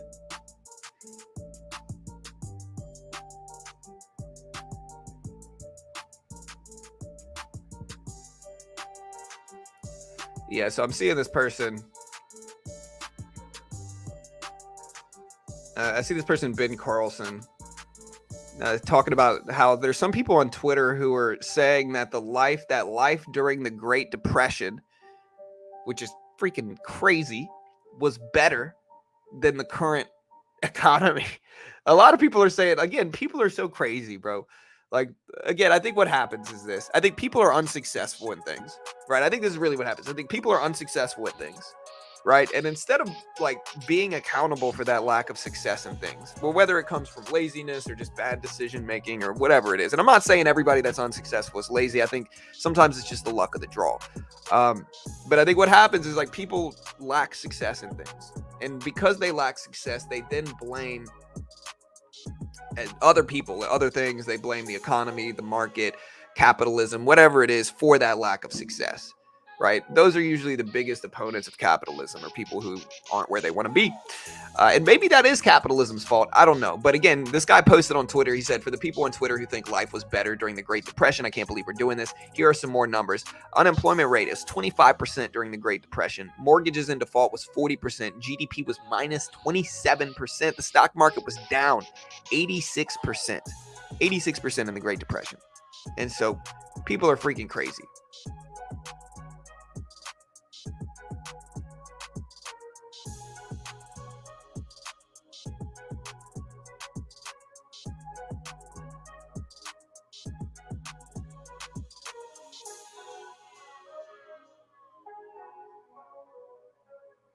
Yeah, and this other guy, Joe Manorino, is making some posts about during the Great Depression of the 1930, the average home was about 4K, average car was about 600, the average rent was about 216 a year, the average salary was 1,300 per year. And today, average house costs 436, average car costs 48K, average rent is about 24K. Right, but okay, so here's where this number was skewed, right? You want to see where he made the mistake of this.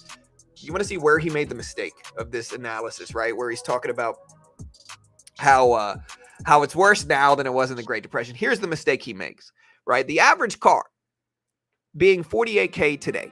The only reason that number is skewed higher is because of at this point in time, relative to the Great Depression, there are much more expensive cars out there, much more expensive cars that you can choose to buy, right? So there's $1 million cars plus. That's going to skew the average to the upside, right? You can get a car for 30K right now. It might not be the fanciest, nicest, coolest car in the market.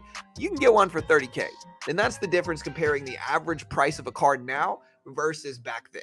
You know, it's because back then there weren't freaking crazy expensive like cars. I mean, there were, but it wasn't on the scale that there is now with that type of stuff, right? Same thing for homes. Exact same thing for homes. Again, there were big crazy properties, but people's standard of living, people's desire for a higher standard of living is much higher now than it was back then.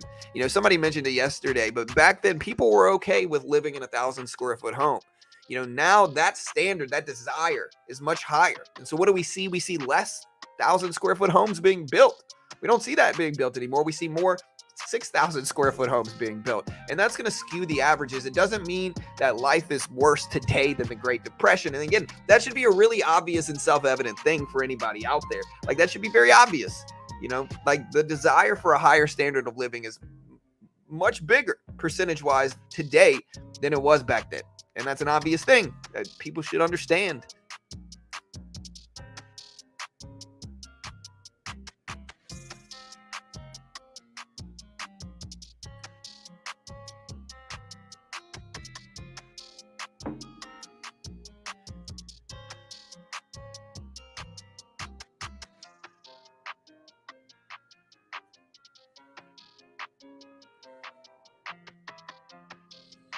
Yeah, I mean, I'm not hating on unsuccessful people, man.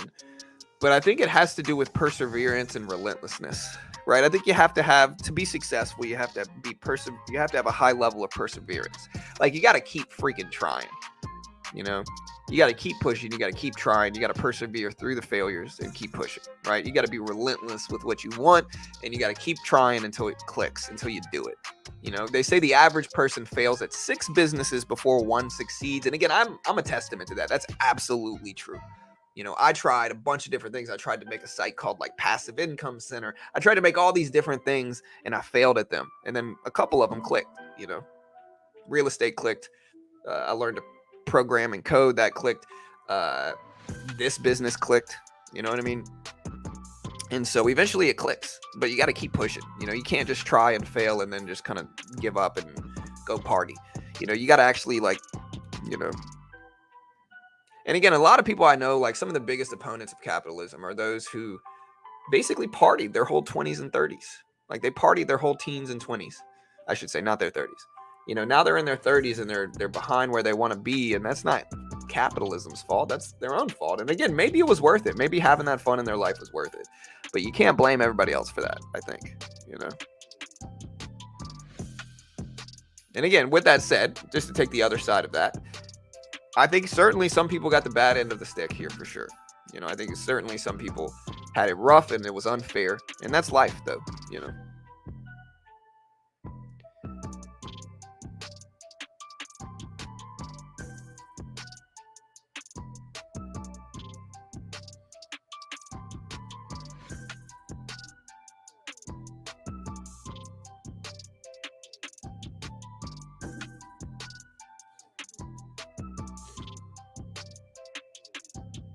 Yeah, again, life was much worse.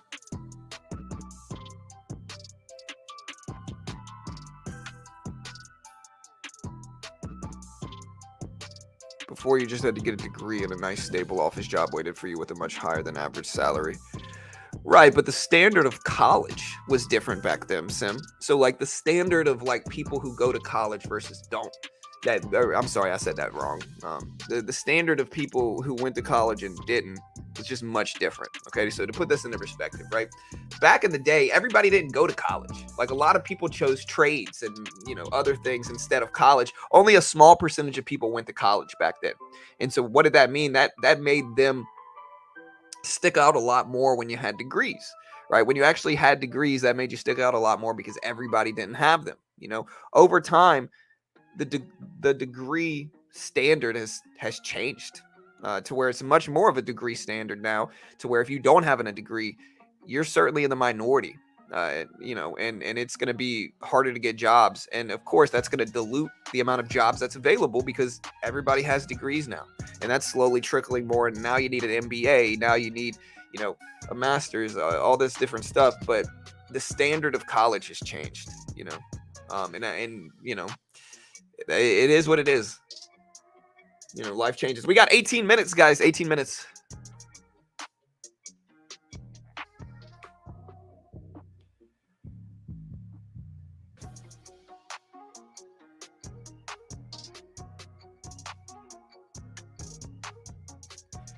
Yeah, but again, I think the trends in consumer purchases have changed as well, Sim. So I think like nowadays people want to be able to eat out. They want to be able to go out on the weekends. They want to be able to go do all this different stuff. And I think back then there was less stuff to do. Most people cooked at home. Restaurants was like very rare. Going out to eat at a restaurant was very rare. And so it's just a much different time. It's just a much different time. There was less expenses back then because there was less stuff to do. There was less stuff to do. Most people ate at home. And so, a lot of people, when they bought food, they bought the cheapest they could. You know what I mean? And so it's just a different time, man.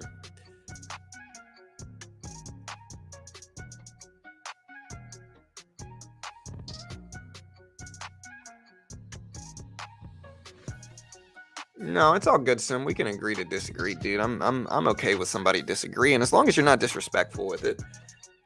As long as you're not disrespectful with it, or you don't turn into some kind of nemesis. Like a lot of the time, somebody and I will disagree, and like they just can't handle it, so they'll turn into like a nemesis, and like they'll just sit around waiting to disagree and argue with me about everything I say out of like, I guess, insecurity on their part. But it's all good if you disagree, man. We're not going to agree on everything, and that should be obvious. That should be understandable.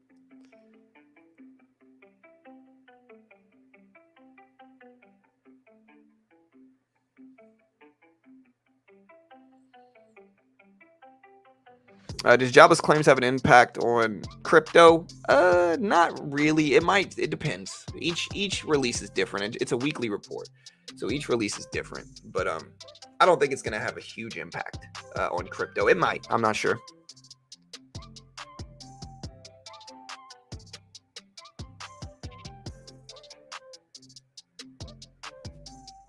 The world I saw in the 80s was much easier than the one I have now.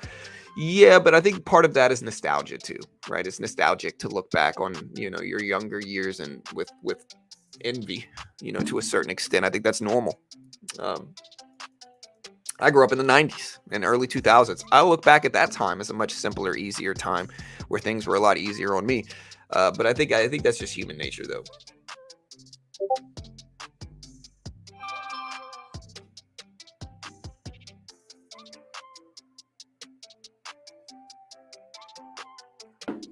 Yeah, so C3, I don't know what C3 is going to do. It just broke lows, though. So C3 AI just broke lows. Again, we're at 178 for Apple. Here's C3 AI down to 2760s. 2760s.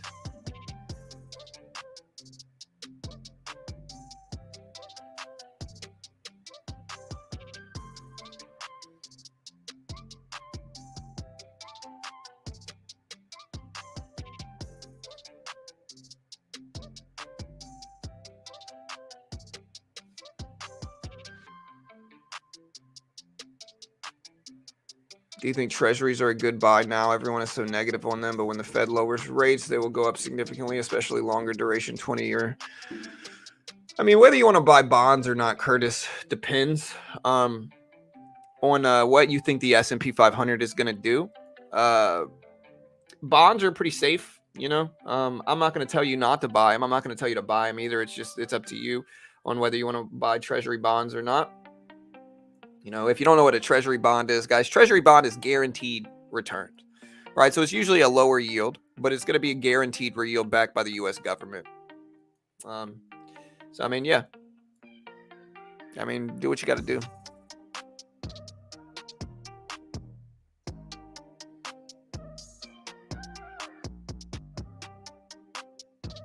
Yeah, for sure.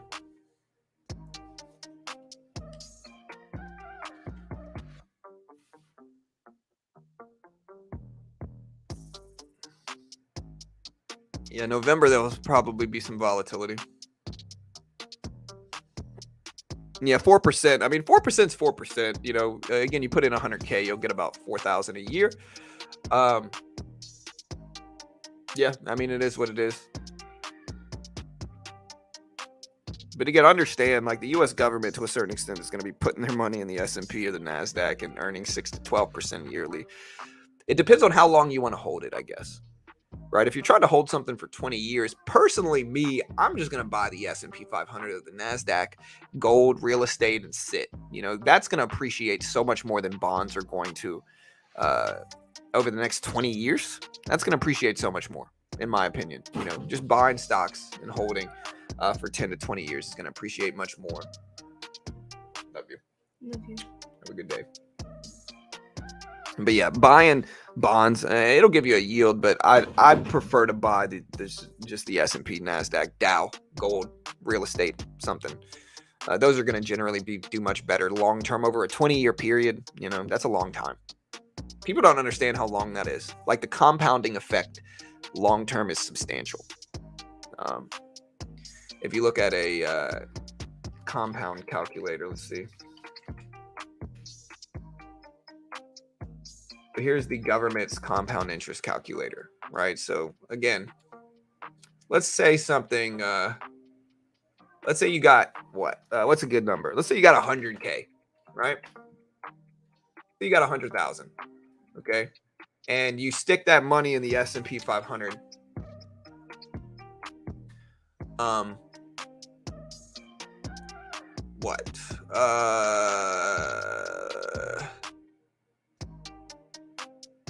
We'll say 8%.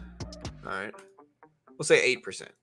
Okay, so you're earning about 8% a year. I'll try to think of like a middle ground. Say you get 8% a year, sticking in the S&P 500, the NASDAQ, gold, real estate, whatever. Say you end up getting 8% a year, right? Over a 20-year period, that 100K is going to turn into almost 500K.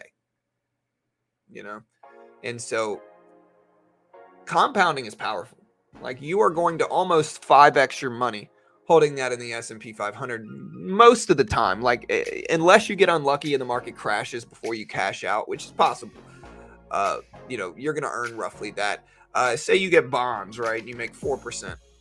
You know, in 20 years, that 100K is only going to double, roughly about 219K is what that 100K is going to turn into. So it's going to 1.2x. So it's not bad, but again, the thing you have to understand is that these bond gains are guaranteed. And so no matter what, at the end of that 20-year period, you are going to have this much, right? Now, that relative to, you know, maybe that's worth the decreased, you know, return for the guaranteed nature of it. You know, that's subjective. It's up to you whether you think that's true or not.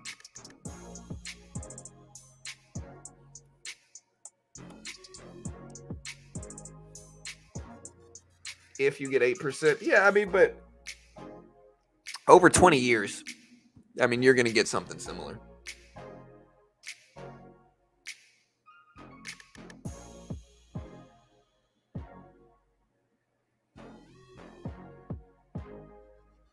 Well, I mean, using inflation as a gauge, Sim, I don't think is accurate. The whole point of this is to keep up with inflation, right? And so you can't take inflation out of it because that defeats the purpose of it. That's why you get these gains from both bonds and the market, is because of inflation, right?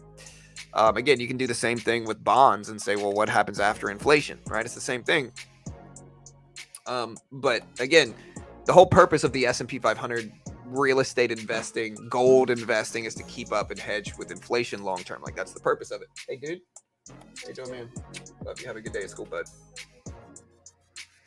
But yeah, the whole purpose of this is to keep up with inflation long term. Like, that's the goal, is to keep up with inflation. Do large institutions hedge with bonds? Yeah, absolutely they do.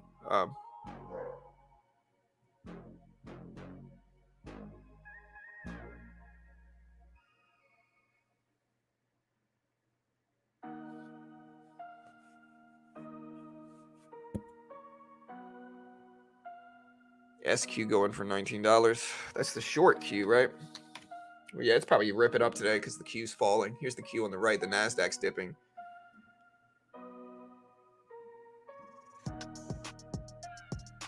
All right. So again, jobless claims numbers. You can see the timer on the side of the screen.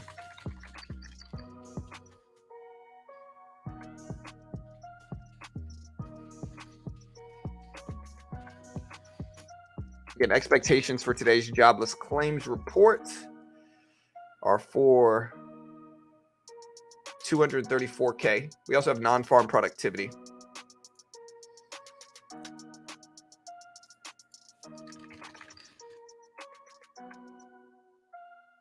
Not a non-farm productivity is not a huge release, but yeah, expectations are 234K.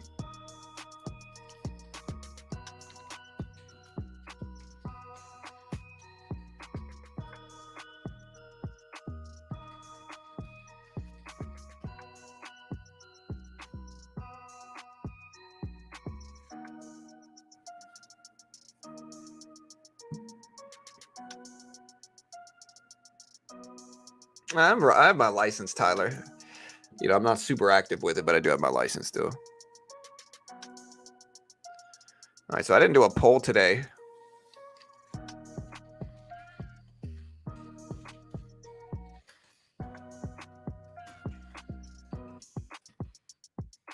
All right, so would jobless claims come in higher or lower than expected? There's the poll right there. Vote on that poll. Let me know what you guys think. Still got 7+ minutes left. Market is going to drop until the 15th. Don't believe me? Screenshot this. Well, maybe.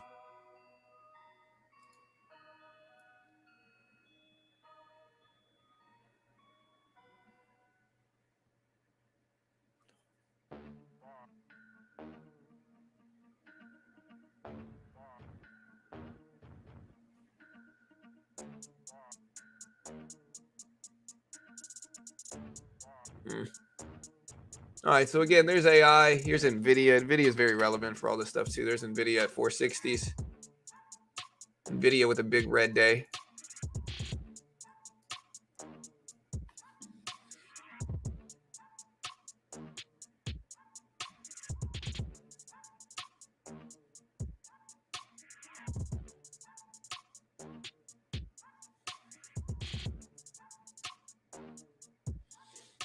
What was last week's jobless claims? I think last week's claims came in at 228,000, 228K.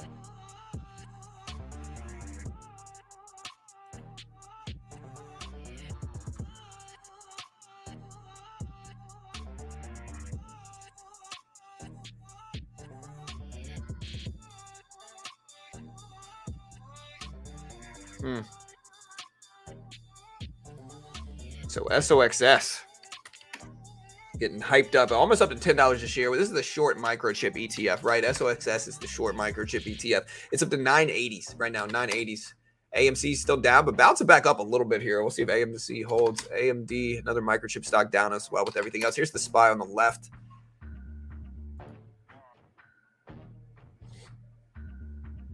Yeah, y'all hit that like button, guys. I appreciate it.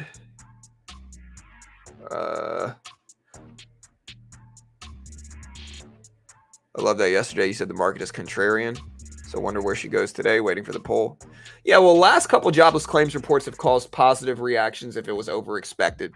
And what that might signal is that the market's still fearing inflation. If the market's fearing inflation and wants less people working, because less people working means less people spending means less inflation problems, like prices go down because less people are buying, if that makes sense, right? And that's the reason the Fed raises rates. It's because the Fed raises rates because they want to discourage spending. What happens when the Fed raises rates, and the next rate hike decision is going to be on the 20th, so in a couple weeks. But the Fed raises rates. When they raise the federal funds rate, it makes banking more expensive because of yields, right? And so when banking is more expensive, they in turn raise interest rates to consumers to justify and compensate for it. So with that, when banks raise interest rates to consumers stop spending as much. When consumers stop spending, businesses must in turn lower prices to compensate for that. And so that equals less. When prices drop, inflation is less, right? That's why the Fed raises rates. The Fed raises rates in order to discourage spending, because when they raise rates, banks raise interest rates. When banks raise interest rates, people stop buying. When people stop buying, prices go down. Prices go down, thus combating inflation. That's the cycle of it, if you want to understand it. That's why they do it. And so in that regard, jobless claims numbers is basically how many people are filing for unemployment. If this number comes in lower than expected, what does that mean? That means more people are working, right? That might be a bad thing. The market might not like that at all. And vice versa. If the number comes in higher than expected, that means less people working. Again, the market might like that too. We don't know. We'll see.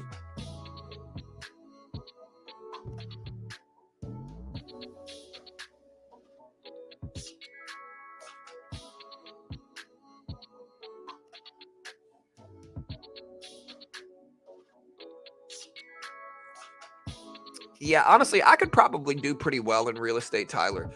I don't have the time. Like, my time is limited. Like, I just don't have the time. Like, honestly, I could go prospect and I could probably get a decent amount of clients just from this YouTube channel alone.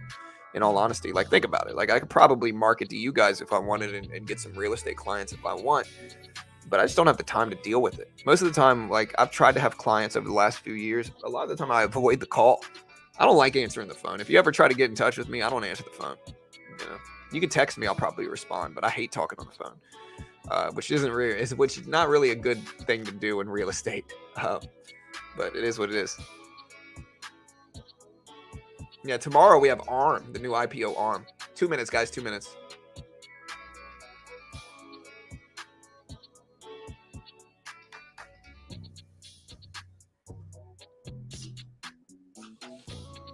All right, guys, jobless claims, 2 minutes, 2 minutes. Again, let me know what you guys think.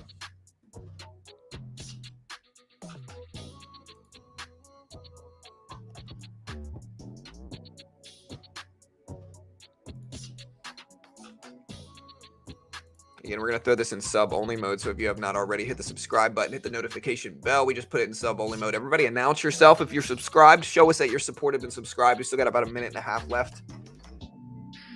Got about 700 people here. Hope you guys are all doing well today. Again, we're going to be day trading today on a funded account program called Top Step. Closer to the opening bell.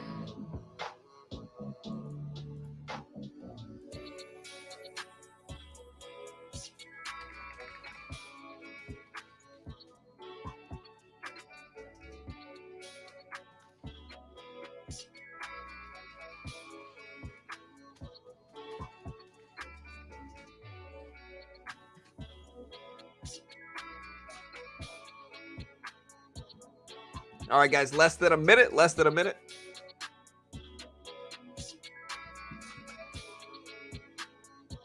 Yeah, some people just love talking on the phone. I dislike it. I'm not in love with talking on the phone. All right, guys, so here's the Q.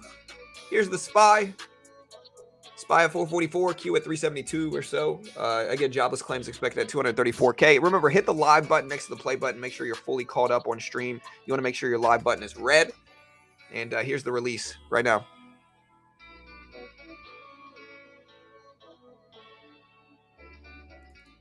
All right, guys, here we go. Jobless claims getting released right now. 234K is what's expected. And there we go. Market dipped down on this report, down to 443. Non-farm productivity came in at 3.5%, 3.5%. Jobless claims came in at 216, less than expected. 216, which again indicates economic growth, right? So less people filing for unemployment, more people working, signaling economic growth. And again, as I said, the market might not like it if we come in under expected here, because again, this signals more people working, economic growth, worse inflation problems. And so initially we did get a negative reaction here. Again, same thing. And again, we cover this data quickly here, team. So if you're not subscribing to my channel, do it now. I appreciate the love and support. Hit the sub button, hit the notification bell. The market reacted exactly as we suggested it might, which is more people working is seen as a negative. And that's what the market is showing us right now. More people working is seen as a negative. Again, more people working means more people are spending. More people spending is seen as negative right now for an inflation-fearing market. And that's what we're getting. And again, this doesn't really mean anything. This is a little small blip down. But again, the market is reacting negatively. I'm sure the Dixie's moving up with this because this means more people working and more people spending, right? And so what happens to the dollar? The dollar increases, if that makes sense, right? That's the logic behind it. And again, I knew the dollar index was going up before I even looked at it because again, think about the logic there. More people working, more people spending, dollar's going to rise. Again, more people working, more people spending, people still fear inflation in that regard. That's why the market's moving down. You can see the NASDAQ on the right side here dipping down. You can see the dollar index on the left pushing up on this data. And again, 234,000 is what we came in at, 234K.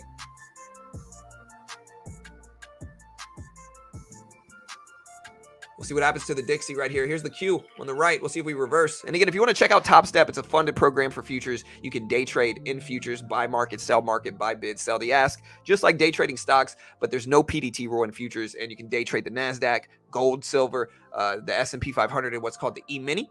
And again, Top Step's the most legit funded program in the world. They pay out millions in actual withdrawals every year. They fund thousands and thousands of traders every year. Again, they're the most legit one in the world. They've been around for over a decade. They give you a demo and they test your skill. If you can hit the target on their demo, the base one's 50K. If you can hit 3K in profit without losing 2K and following their rules, they fund you 50K with a 90% split, and you get to keep your first 10K in profit. What this does is it gives traders who are learning to day trade a perfect middle ground of pressure, where it gives you some pressure, but you're not risking thousands of dollars like you would if you put the money up yourself. But still, so you're risking only 49 bucks, but if you're good enough to pass it, you get up to 150K in funding, and you get a 90% split on that funded account once you are funded. The most legit one in the world. Check them out. Great way to help support the channel, and we will be trading on them a little bit later. But again, they are a sponsor, and so I'm incredibly biased in their favor because they pay me money. But if you want to check it out, here's the link.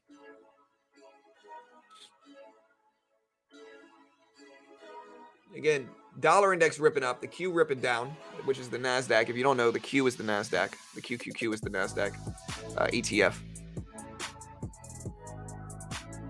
Again, we'll put the data up on screen. We already covered it. It came in under expected numbers. It came in at 216K versus 234K expected. Under expected numbers here. This banner up on screen so you can see it.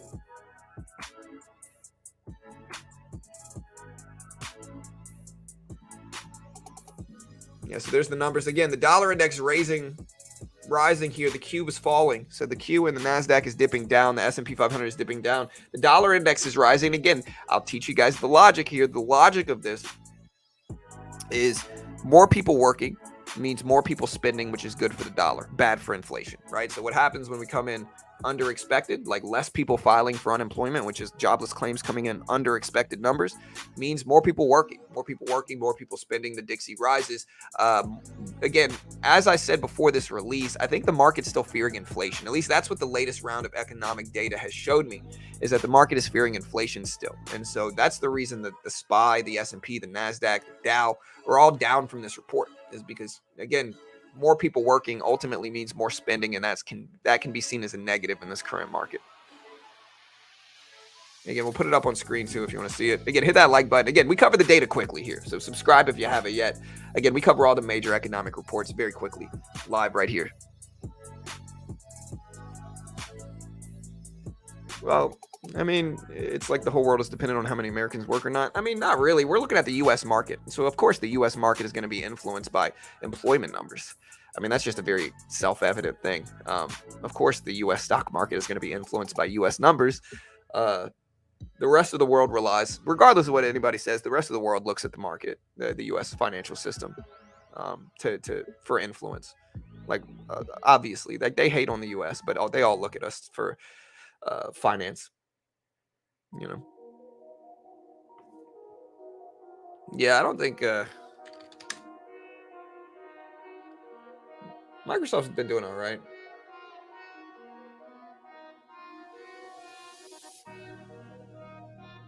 Every single currency is getting hammered. Yeah, but MA, man, you got to take yourself out of like news, like articles, and you got to look at like the actual dollar index, man. So again, here's the Dixie. And so again, you look at the Dixie since this year started, man, and we're pretty flat and neutral on the dollar index. And so again, here's the Dixie. Here's the Dixie since January 1st. It's pretty neutral, right? So you don't want to fall into that trap that mostly news shows you. Again, back in 2021 and 2022, as the dollar index was flying up like it was right here, the news was saying, "Oh, it's the end of the world." You know, they were saying, "Oh, inflation, it's the end of the world. It's the end of the world. Look at the dollar. It's just shooting up way too much. It's the end of the world. What do we do?" Oh no, you know, that's what the news was putting out there.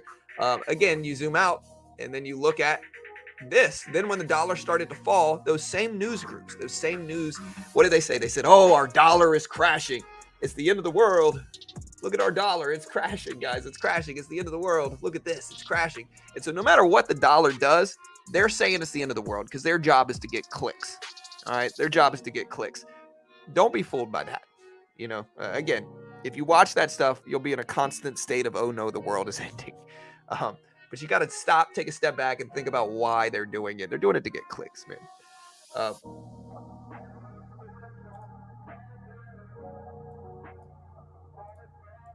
Again, people get so biased politically on markets because like there's so much bias that comes with that, but very rarely is it the actual reality of things.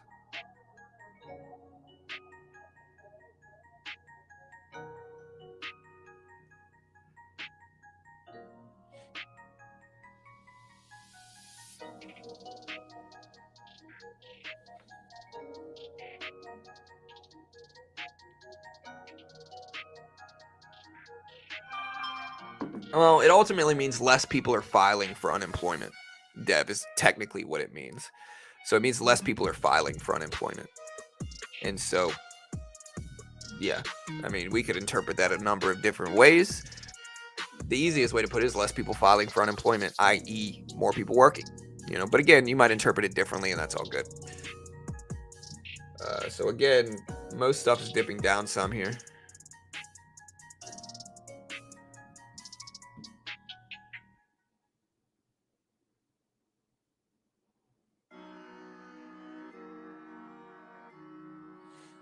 Yeah, when in doubt, zoom out for sure. Again, I see a lot of people acting like this latest price action in the Q and the SPY is like some crazy market correction or crash. And again, people don't understand. I think a lot of people start paying attention to the market for the first time, like up close, right? So they see a couple red days and they're like, "Oh no, it's the end of the world," you know. But like, look, again, here's the year, right? Here's the last 52 weeks of the SPY. This little bitty move, this move that everybody's saying is like the end, is this. You know, like when the long-term trend looks like this, you know, people are sensationalizing. Again, if you look at a weekly chart, it's even worse. Again, so you look at a weekly chart, this crazy big bear move that we're making. Again, on this is not even the full year. We zoom out, or we zoom in. Again, here's a weekly chart.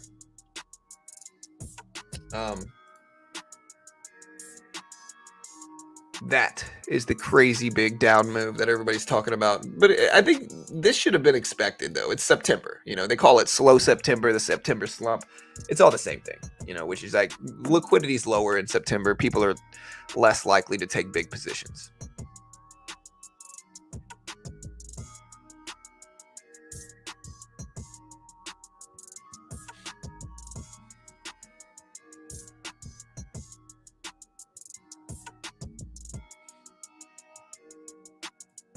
Again, the Q's still dipping down, though. We can look at the Q as well, the NASDAQ, which is a little bit more tech heavy. But I think a weekly chart on the NASDAQ's even worse.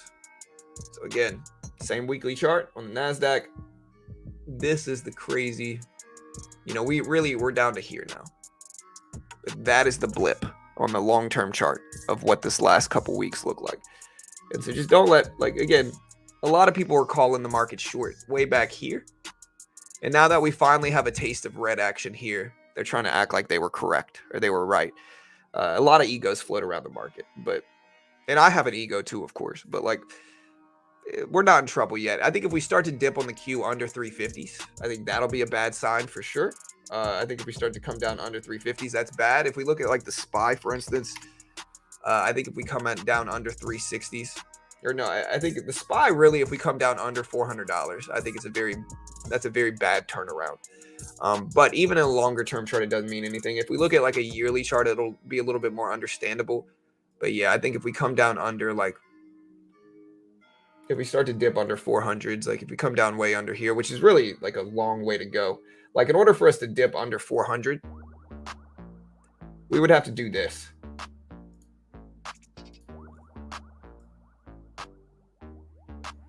And that relative to this, there's still just a long way to go.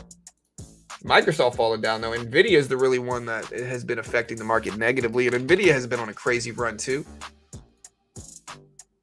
There's Nvidia all the way down to the 450s.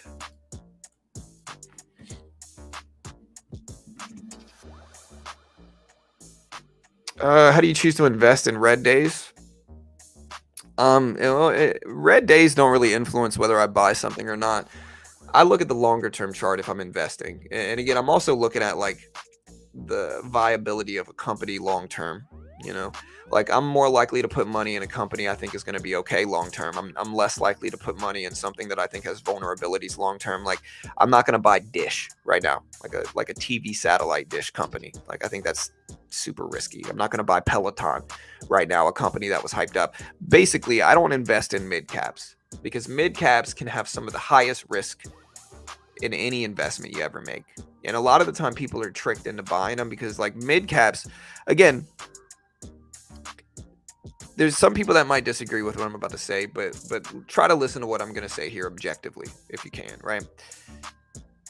The more pressure you get to buy something, the more a certain stock is mentioned in videos or articles or social media, the less strong it generally is.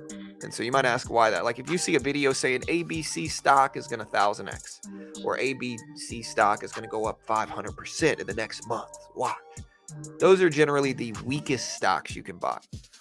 The reason that is because genuinely strong companies like Apple or Amazon or whatever, they don't need to sensationalize their business in order to make sales. They don't need to talk a bunch of investors into buying them, right? Investors just buy them because of their financials. Their financials are good enough to justify buying it. They don't need a bunch of marketing to sell it. They don't need to be sold on why you need to buy Apple or why you need to buy, Microsoft, right? You can look at their financials. The companies that are not like that do not have those justifications, which means it's unwarranted, are the ones that really have to have, those are the ones that YouTubers are really the ones pumping up because they know they got to manipulate them. They got to influence them to get success sometimes. And so that whenever you see somebody really pushing a specific stock, especially if it's a smaller cap stock, you need to be very, very weary because most of the time they're doing so to inflate their own positions.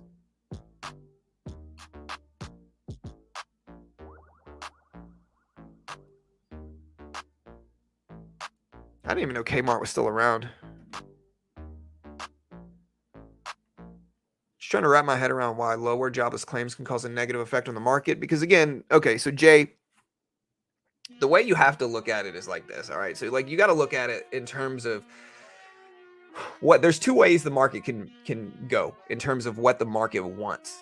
The market can either move the opposite to convention and want less economic growth, right? What that generally signals is that the market is fearing inflation. Market is fearing price increases, right? Inflation. They're fearing prices continuing to rise. That makes them nervous. That makes them bearish. Now you take the other side of that, and you could say the other side of that is the market could also be fearing a recession, which means that they want economic growth. They want economic strength. They want higher GDP. and less jobless claims and, lower unemployment, that generally signals the market is fearing a recession more than they're fearing, or a depression, that is, more than they're fearing inflation, right? And it's a balancing act. There's constant battling going on there. On some traders are fearing inflation, some are fearing a recession, and a lot has to do with what the Fed, the Federal Reserve, does during their FOMC rate hikes, or their FOMC rate decisions, is what I should say. If inflation is really bad, the Fed's more likely to raise rates. The more aggressively the Fed raise rates, the worse market reactions we generally get. Because again, what the Fed is trying to do when they raise rates is to discourage spending, and that includes everything in spending. And so, again, sometimes the market is fearing a recession, and that's when the market wants economic strength, economic growth, GDP growth, lower unemployment, so forth and so on. And sometimes the market is really fearing inflation, And again, as I said before the jobless claims report came out, so I did, again, if you guys were listening before the jobless claims report, I told you guys that lately the market has been fearing inflation. So lately the market wants less economic growth. And that's exactly what jobless claims showed us. Jobless claims came in under expected, which means less people filed for unemployment. More people working, essentially. And the market reacted negatively to that. Because again, the last jobless claims report was the same thing. The unemployment rate, when the unemployment came out, I think the unemployment rate came out higher than expected. The market pushed up on that day, as well as like payroll numbers as well. So there's some nuance to the market. And if you watch the economic reports every day, and again, you can watch them right here. We cover all of them. Subscribe if you haven't yet. We cover all these economic reports every week. We cover them. Next week we got CPI, PPI. The week after we got the FOMC rate hike decision, which is again going to be very relevant to what we got going on here. But when you watch all those things day in and day out, you start to get like a little bit of a understanding on what the market might be fearing. But you never really know, and anything could ultimately happen. Sometimes it pivots, and so you gotta be wary of that as well. It's never that easy.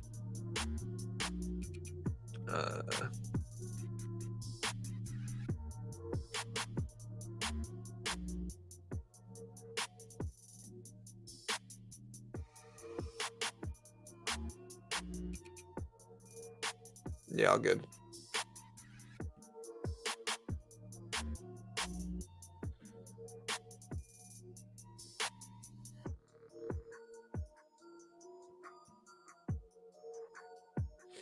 Yeah, I mean, it's a balancing act. Again,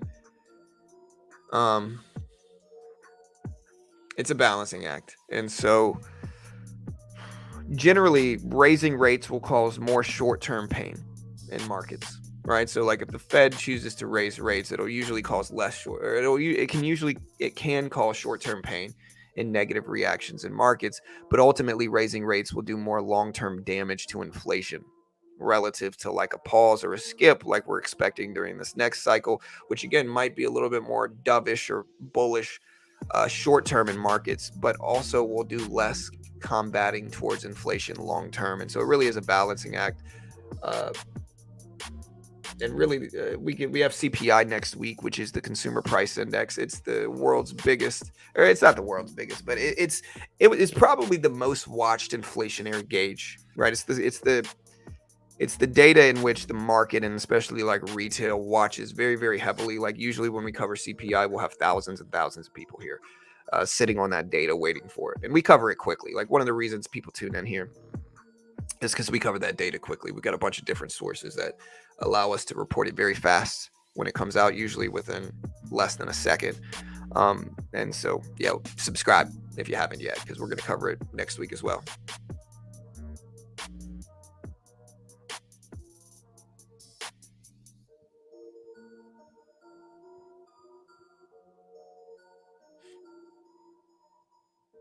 Yesterday's PMI data signaled a possible inflation fear, hence a reason for a drop, but long-term rate hike fears are going to down. Yeah, I mean, we could look at the CME watch tool, and you can kind of see what they're expecting for the next cycle. I'm going to refresh this just to make sure it's the most recent one. But yeah, you can see 91% of people expecting a pause. So the federal funds rate, they're planning to keep it steady here at 525 to 550. You can kind of see the federal funds rate right here. Basically it's at 5. That's where it's at now, is 525 to 550. And so 91. So we're almost certainly going to pause or skip. So we're almost certainly going to pause or skip. during this next cycle. Only 9% of people think we're going to raise rates, which is very, it's not. Last time I think it was like 98% or something crazy. But, every rate hike decision, we have a bunch of people that try to be contrarian and bet against what the majority of this is. So it's like 91% of people like, we're almost certainly going to pause or skip. But for whatever reason, I guess people that don't really understand, they come to my chat and they try to take the other side. So it's like when almost everybody agrees they're probably going to pause or skip, they try to say, oh, no, this one's different. We're going to surprise into a rate hike. Where you got to understand the Fed doesn't like surprises. The Fed doesn't want to shock people, because shocking people can cause like brash reactions in markets. And the Fed doesn't want that. And so the Fed does not want to shock people. And so if everybody's expecting a pause or skip, that's most likely what we're going to get, because the Fed doesn't want to shock people. Because regardless of what the Fed wants to happen, that can sometimes get really bad if they shock people.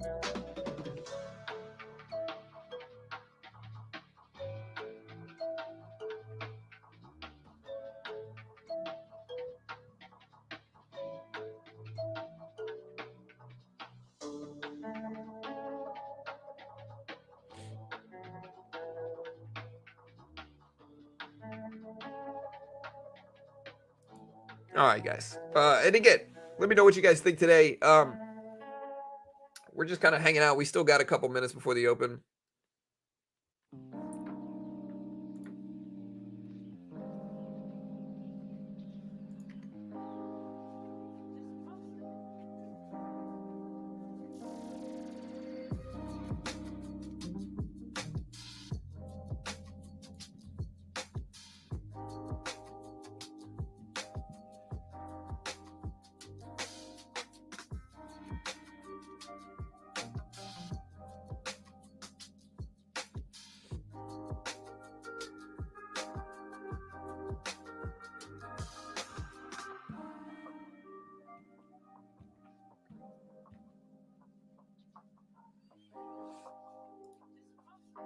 Yeah, so I'm going to go ahead and remove this poll, finish this poll off, and then we're going to do another one.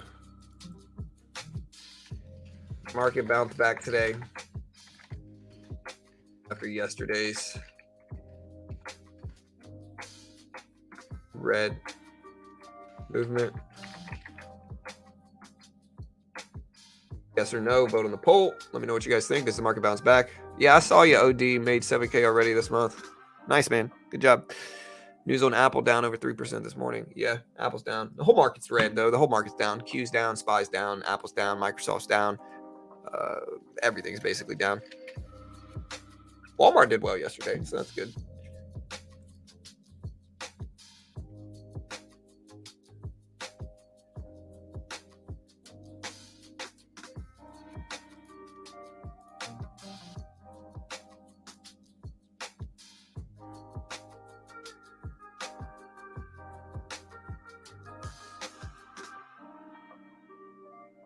Why do people think the market's logical?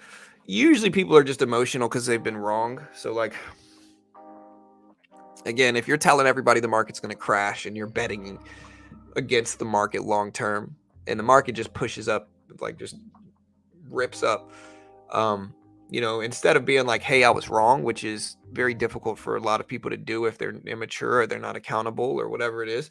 Right. Instead of being like, yo, I was wrong, it's a lot easier to say, oh, well, the market's rigged, or, it would have gone up if it wasn't for this or that, or this or that, or it would have gone down if it wasn't for this or that, or this or that. And I think a lot of people get wrapped up in sensationalized news where they just like, they think the market's just in this constant state of about to crash. And so when the market doesn't, they start making excuses for that instead of just being like, yo, I was wrong. I respect somebody much more if they're like, hey, I was wrong, instead of somebody saying, oh, well, the numbers were, I would have been right, but the numbers are fake. It's just like, all right, well, that's cool. But you could use that excuse to get out of ever being wrong. But again, maybe I'm just a perma bull,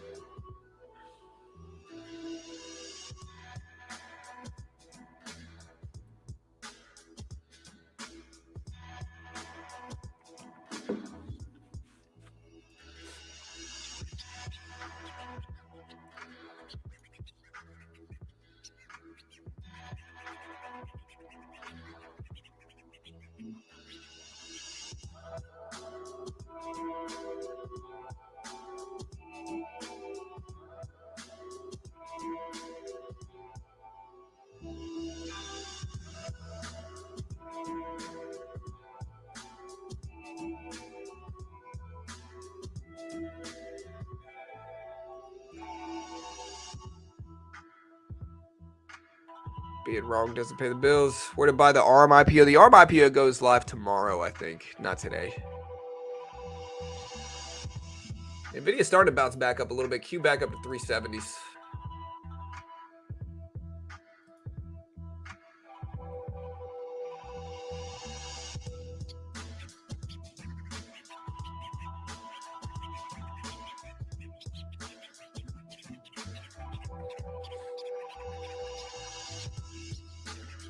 At some point, major corrections happen. Trillions created in 4 years as well as... Yeah, but gold and, again... I've talked about this a lot before. And again, I'm not saying you're wrong, man. But what I will say is, like, in 2022, we dropped 27%. We already dropped 27% in 2022. And you can kind of see that here.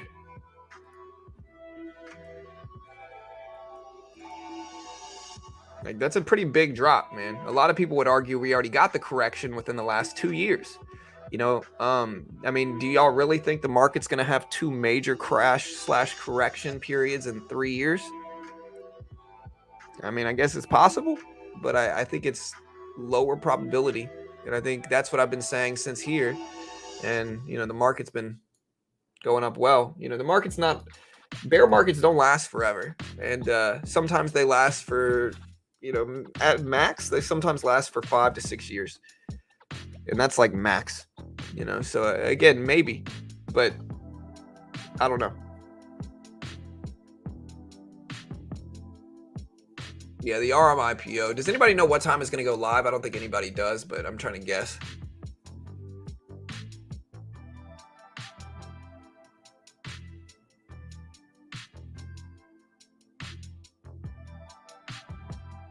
Who's Ryan?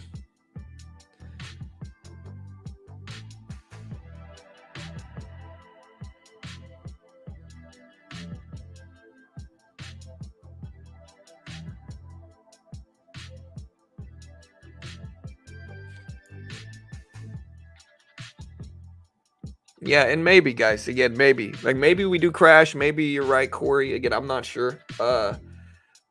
I just got to go with statistical edge. And, again, the biggest statistical edge is long-term, the market's generally going to go up. So maybe we go down. Maybe we do well. Maybe, maybe we go up. I'm not sure. But generally, long-term, the market's going to go generally, long-term, the market's going to go up. Oh, Ryan Cohen. Okay, gotcha. Yes, we are going to get ready to day trade a little bit today as well.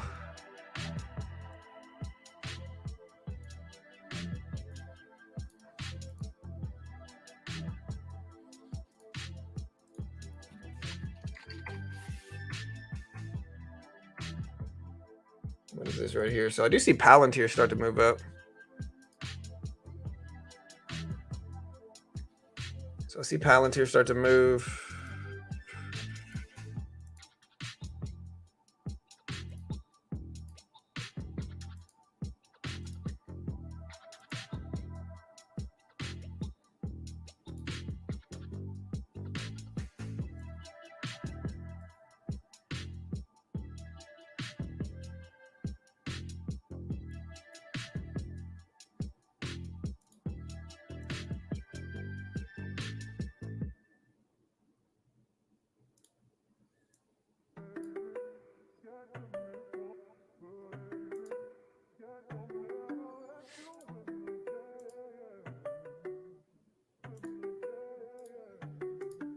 All right, so we are ready to day trade.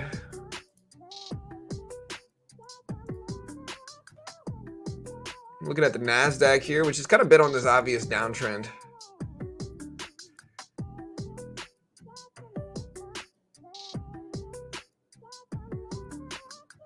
Job report came in under expected.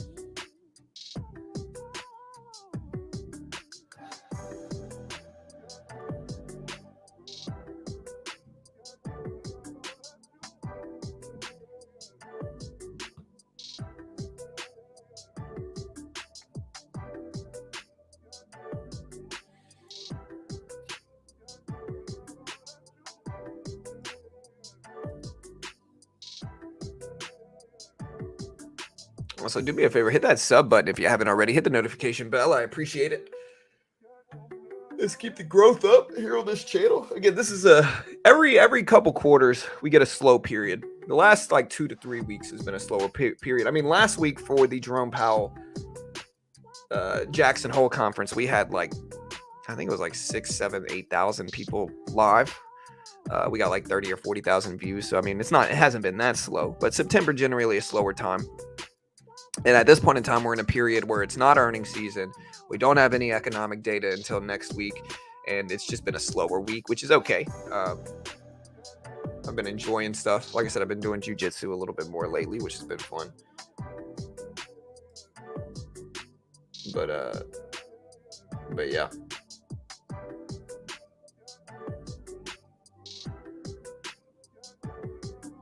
Nasdaq's still looking weak here. If we have a trend, it's definitely on the downside right now.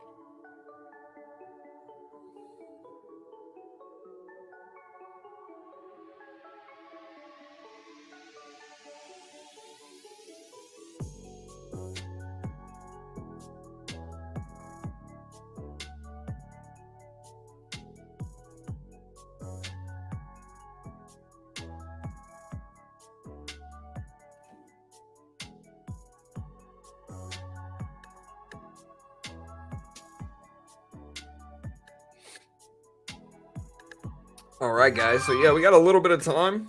Yeah,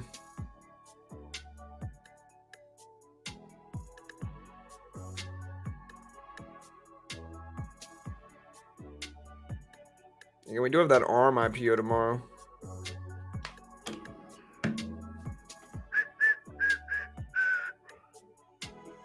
Yeah, I'm not investing in anything overseas. John versus Elon versus Zuck in a cage.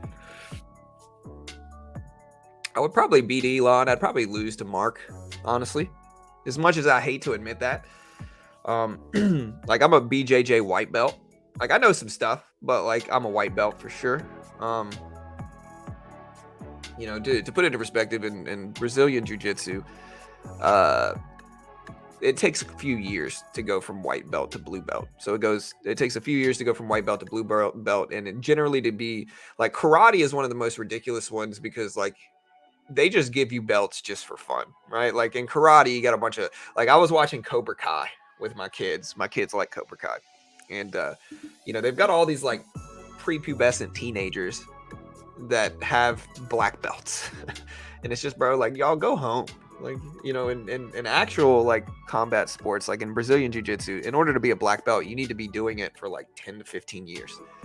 And so, yeah, I'm still a white belt. And Mark actually has some skill. Like, if you look at Mark Z, he's got some skill. Like, you can see him roll with some, like, black belts. And, like, he, you know, he still got beat, I think, on the last one. But he's got some skill. He's not a complete newbie in jiu-jitsu. You can see him when he rolls.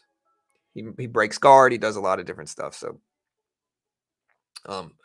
Mark will probably beat me up, realistically. Elon, I don't know. If Elon's untrained, maybe. But he might beat me up, too, for all I know.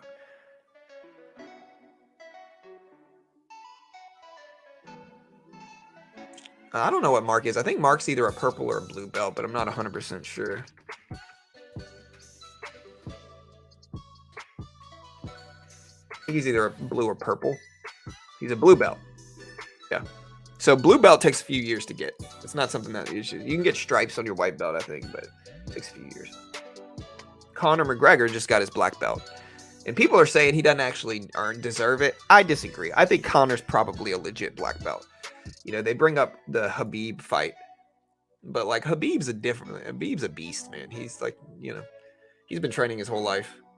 I think if you watch like Conor versus Silver, like Dennis Silver or Seaver, or Conor versus Chad Mendez, or Conor versus Max Holloway, he's got some really good takedowns, some really good passes to like full mount, and a bunch of other stuff that looks like high level jiu-jitsu, but Again, I'm just a white belt, so what do I know?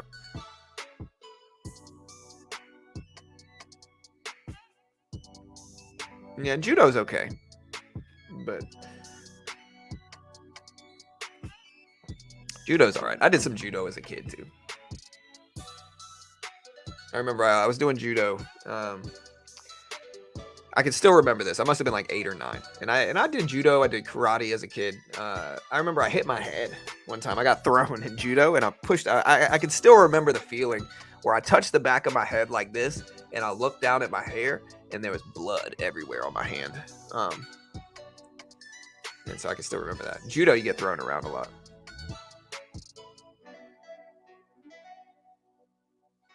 Yeah, for sure.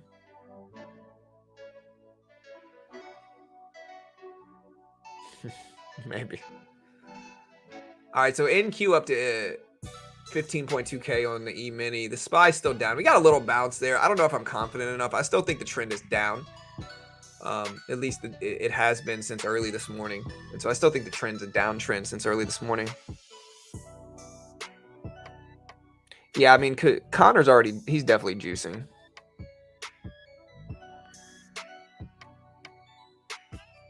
No, that was in Baton Rouge. YouTube. Yeah, so that was in Baton Rouge. I'm from Baton Rouge, but I'm from Louisiana originally, but I don't live there anymore. It's just too rough of an area, to be honest. Yeah, Baton Rouge and New Orleans, it's nice. Like, it's my home, you know. But I don't want my kids to live there. It's just not, you know, it's too much crime, to be honest.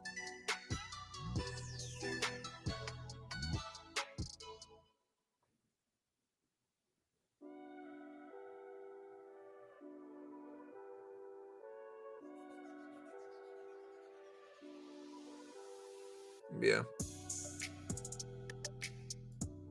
All right, so the NASDAQ got this little baby trend right here. We'll see if it holds this little baby trend.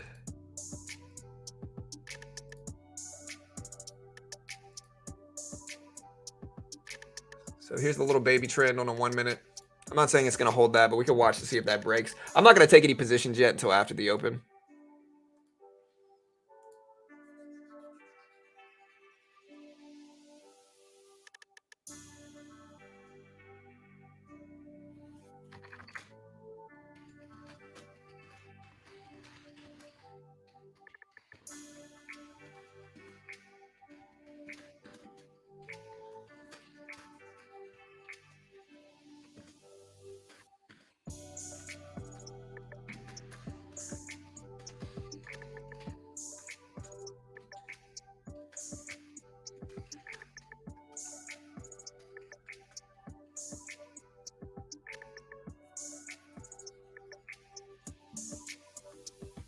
Did you ever head into the bayou and wrestle alligators? No, man. We don't do that stuff.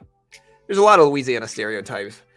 The food's great. The stereotypes about food are true. Spicy but good. Yeah,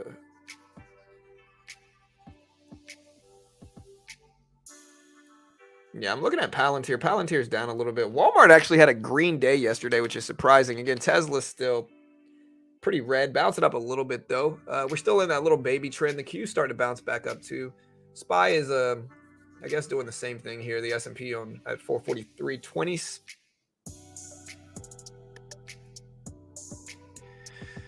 Yeah, man. I feel like I grew so much as a person when I moved out of my hometown, man.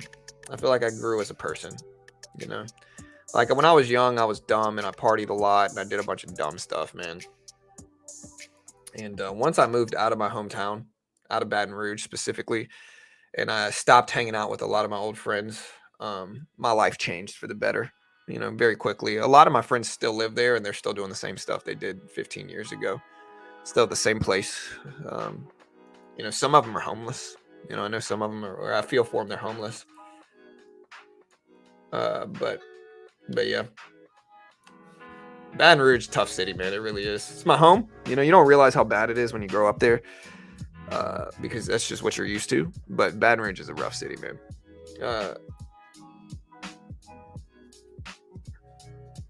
Yeah, I mean, markets are red again today. The question is, do we bounce today? I think we might bounce.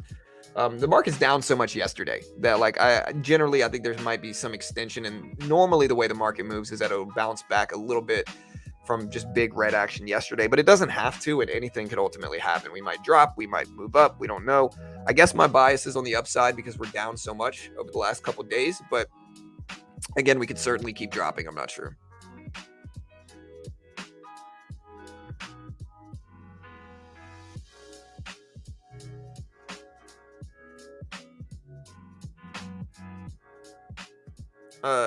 Visa? What's Visa doing?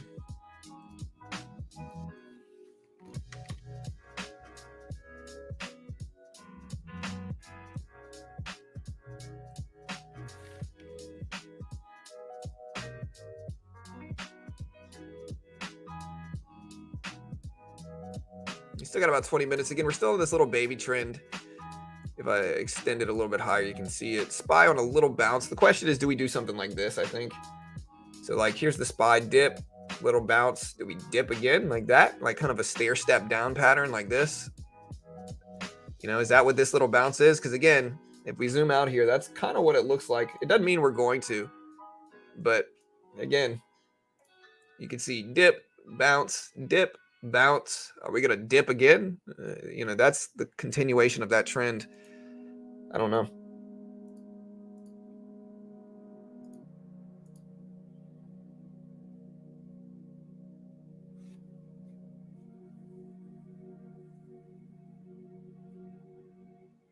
Is LSU a good school?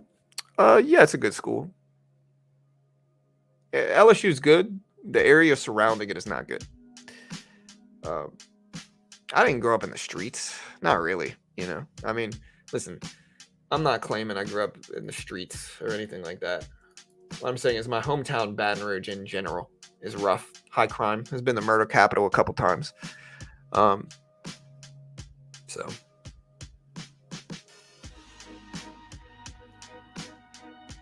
Like, I'm mostly middle class. You know, my parents were.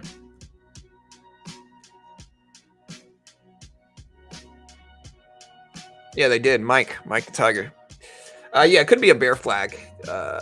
That's what it looks like. But again, I guess my bias is on the upside. We're down so much that I guess my bias is on the upside.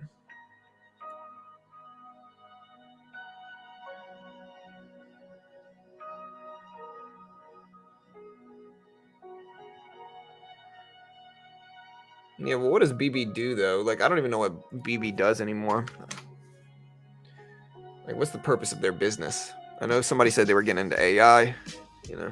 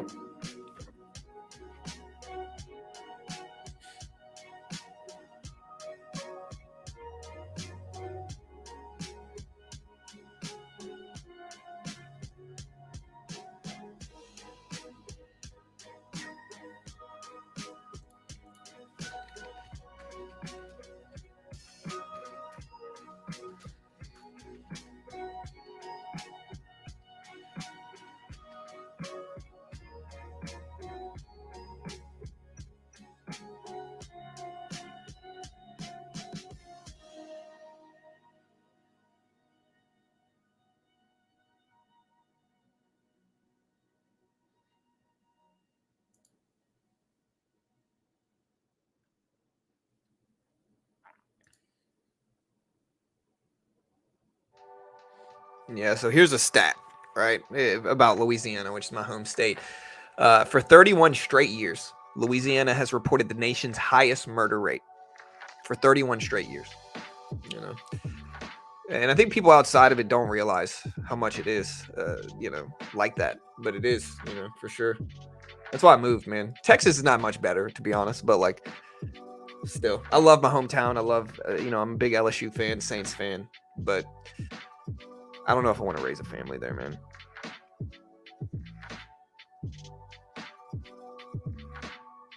Yeah, for sure, Nancy. It might be it looks like a bear flag possibility, but yeah.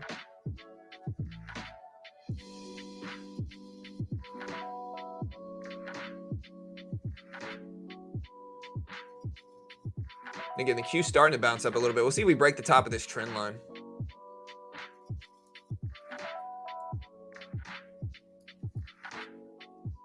We're hitting it now. Again, it's a very small, tight trend, and generally, like, the tighter trends don't last as long. And so when it's this tight, it's generally going to last a smaller period. It's going to be shorter. But you never know how long it's going to last. We'll see.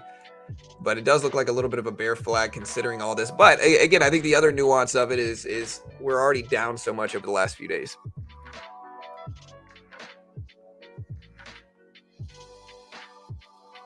We had not really key data. We had jobless claims today, so it's kind of neutral.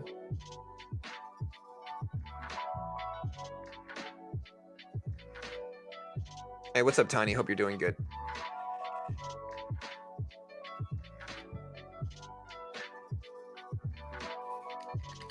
Where's AMC going today? AMC's back up a little bit. It's at 830s. It hit 7s this morning in pre-market. It hit 7s, which is rough, man. That's a bad area for AMC. That's a big fall from grace for AMC too.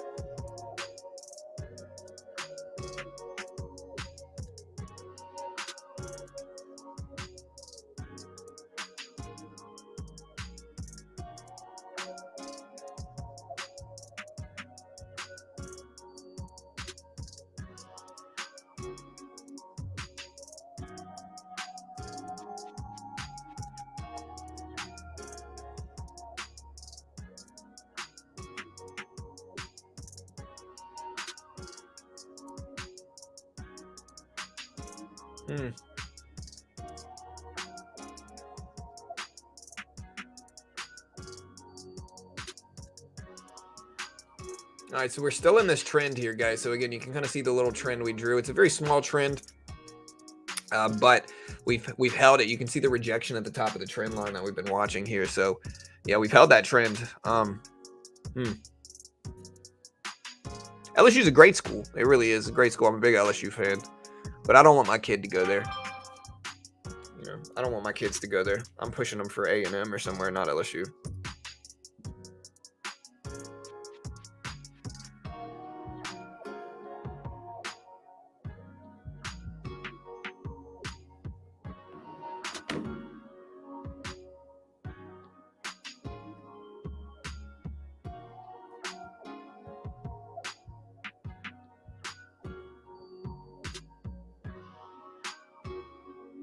Yeah, we'll see. I mean, we'll see if it drops.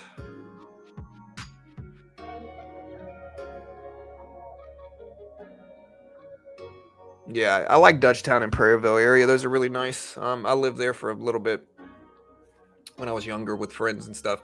But I like Prairieville, Dutchtown. Good area. I haven't been in years, but when I lived there, it was nice. Gonzales can get a little rough. It depends on which part. Baker can get rough, for sure. I grew up off of Jefferson is where I grew up, which,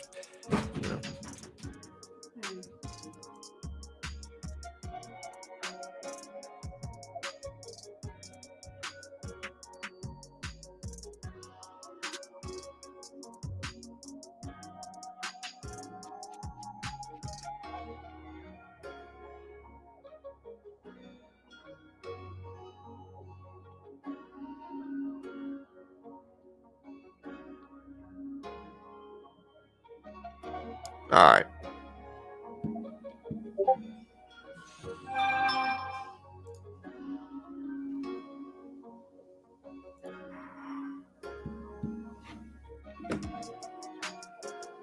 All right, guys. So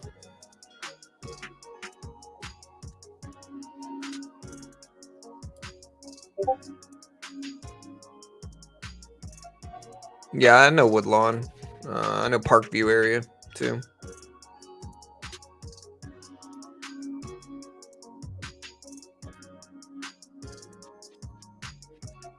I used to kind of talk to a girl that went to Woodlawn. I used to know a few people that went to Woodlawn.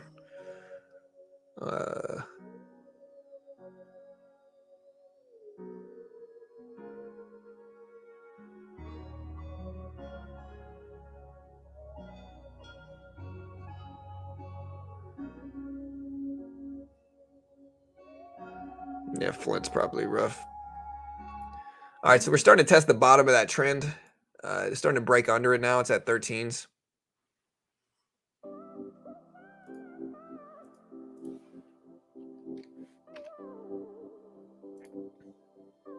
Again, we are going to be day trading futures today, guys. So if you haven't already, check out Top Step. Top Step is a funded program for futures in which they give you a demo. They test your skill. That's what we're trading on today. This is the NASDAQ. It's basically the Q. So you can basically trade the Q in futures with no PDT rule. You can do the same thing with the S&P. It's called the E-mini. And you can trade those things, no PDT rule. You can see I can buy market, buy bid, sell the ask, just like stocks, but there's no PDT rule. And Top Step funds traders if they pass their test. Most people are going to fail because most day traders lose, but it's a lot cheaper to fail the Top Step account and still learn how to trade, still trade under pressure, all the good stuff that comes with learning without so much risk. Like when I first started trading, I lost thousands of dollars.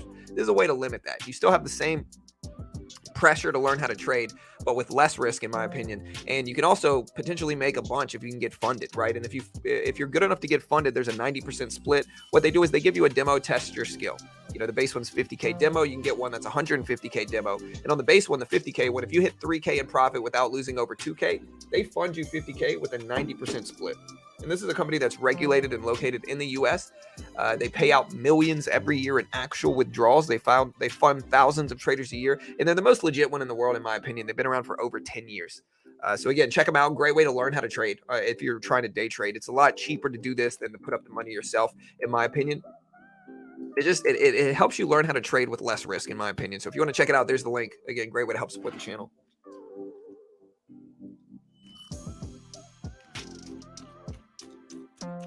Carol made me some cereal. Yeah, I remember the Jambalaya Festival and all that stuff. Is it worth it to have an account with just div payers, or is it better to keep everything together for easy management? Thoughts?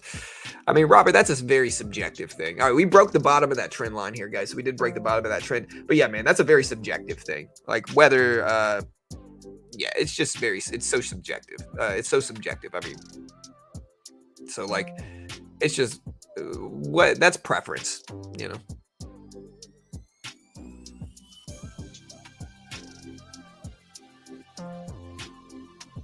I mean, I'm not going to be specific, Polaris. You know, I'm not going to be specific at all. But, you know, this is not the right house to break into. I'll just put it that way, you know. You know, everywhere I go. I'll say that. Again, Q at 370s, guys. Q at 370s. The NASDAQ is at 15.2K.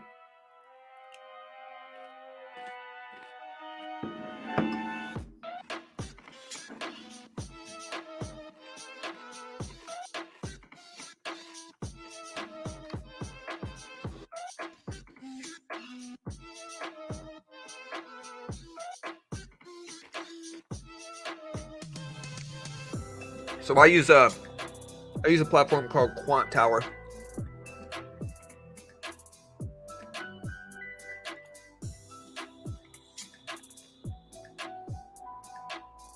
Yeah, I use a platform called Quant Tower. When futures.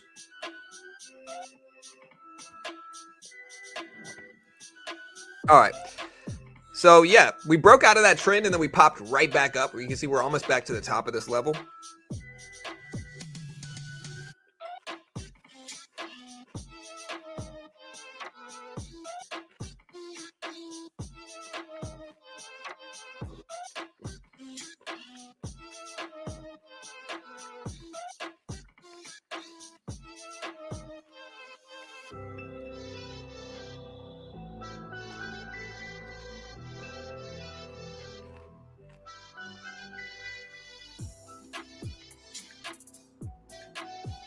All right, 5 minutes, guys. 5 minutes.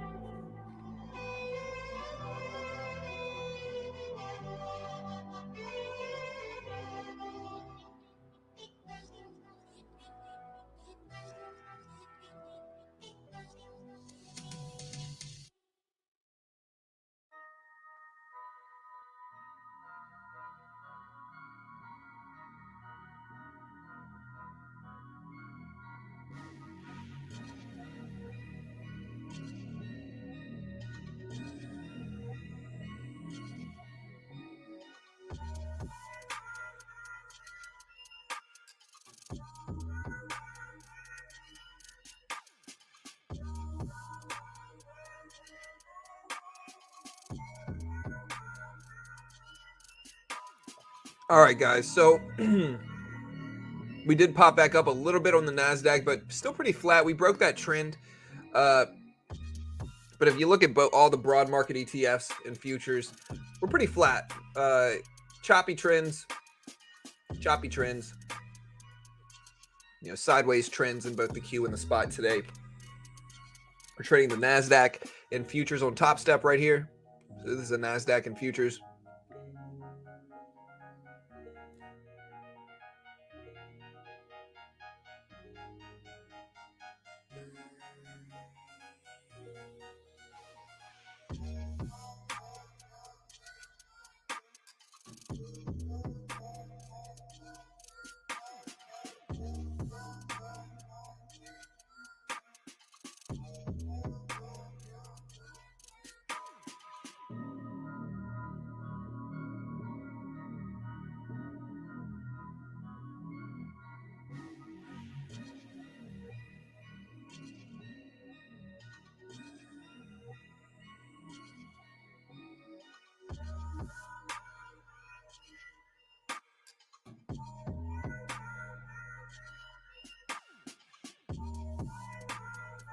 All right, guys, 2 minutes here, 2 minutes until the opening bell. Do y'all know of any big conferences that are starting in the next month or two? Like any other Jerome Powell conferences, big shareholder conferences like Tesla conferences. I know Apple has theirs on the 12th. Anything else that's big that you think is like worthy of note in the markets? All right, Q breaking down a little bit. We still got about a minute and a half left until the opening bell. The NASDAQ and the SPY are dipping pretty heavily into the open.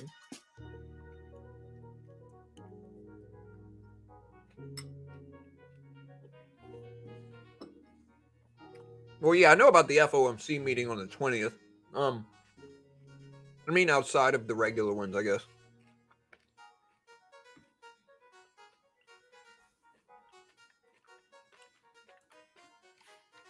One minute, guys. 1 minute.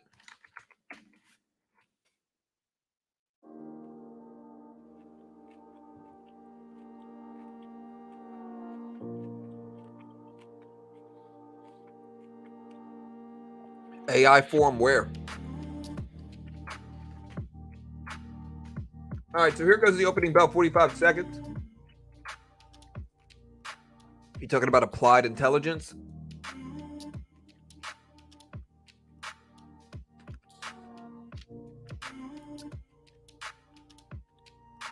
All right, guys, 20 seconds, 20 seconds. There's no other big ones, Jessica. That's basically all the big ones.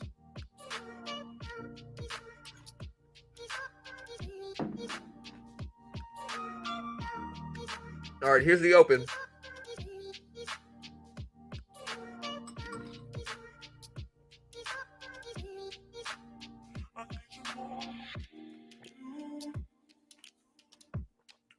All right, there's the bell.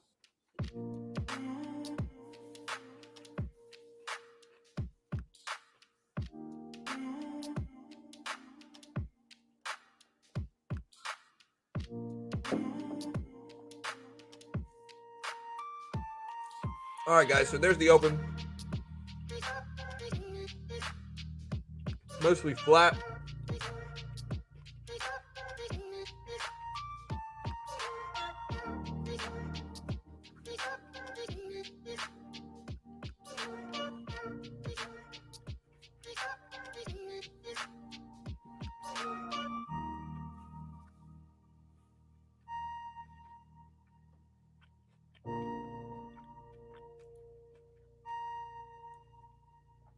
All right, so we did get a dip here.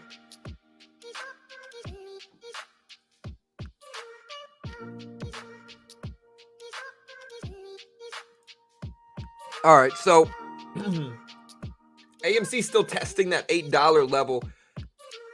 Market looks weak. I guess I'm going to short this, but it's risky just in case we get a larger breakdown.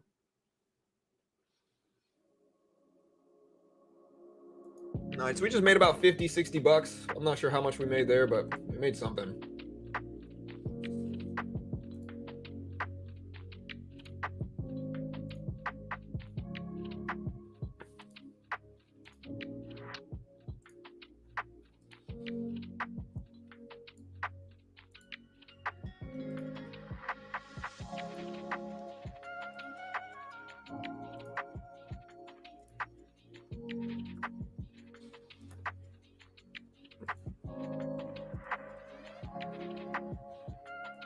me make sure I'm on the right account.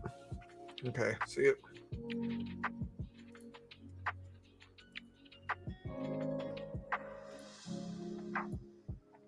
All right, there we go. All right, we did get that breakdown that we thought we might want. Let me pull this up again. All right, there we go. Yeah, we're up about $60 so far. Got the breakdown. The Q breaking down a little bit. The SPY starting to flush. Testing lows. Looks weak ultimately here. Shorting a little bit more. All right, just made another $50, $60. We're up about 120, 130 on the day here.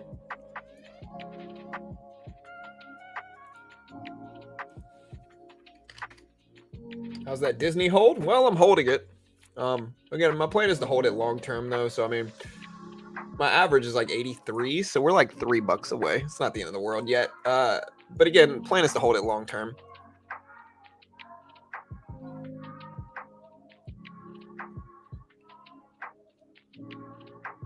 All right, little pop back up.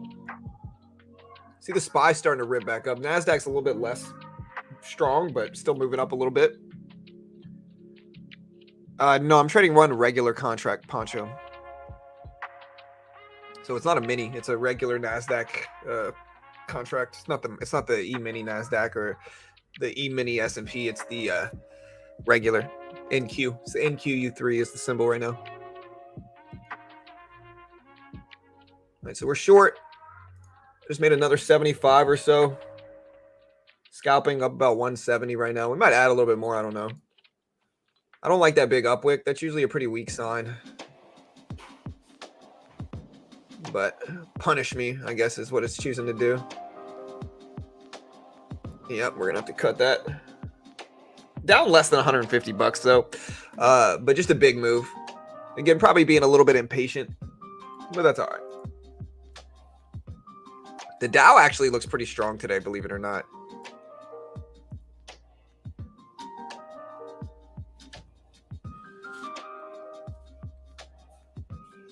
All right, baby. All right. All right, love you.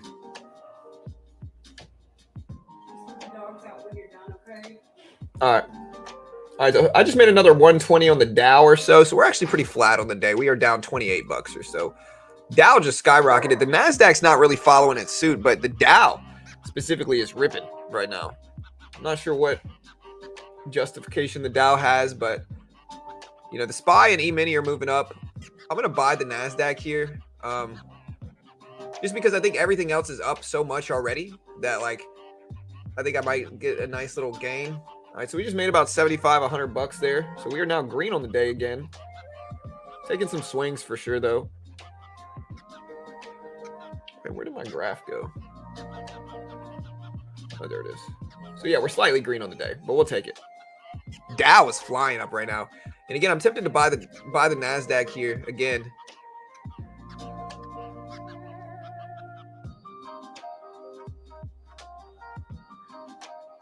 I think it might follow everything else up, and it kind of has. Let's see if we get some more gains here. Trying to rip. All right, so just made a little bit more.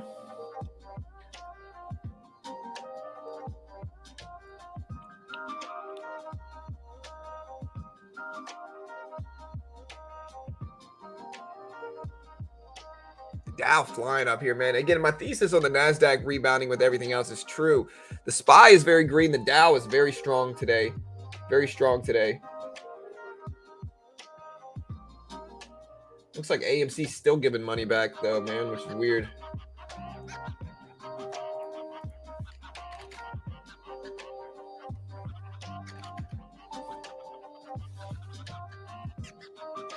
All right, so we're going to kind of halt a little bit trading. We're not going to take anything right now. We're too middle ranged on the NASDAQ for me to be interested. We got to get over the VWAP level here before we take anything. Slightly green on the day. We're green.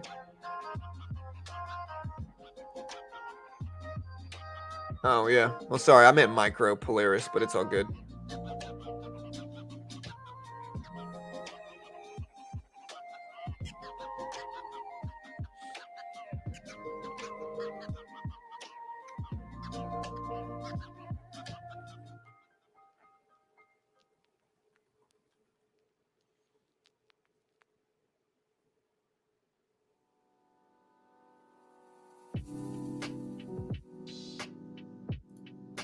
I clicked buy and it pushed up afterwards. I just kind of missed the entry, but it's all good.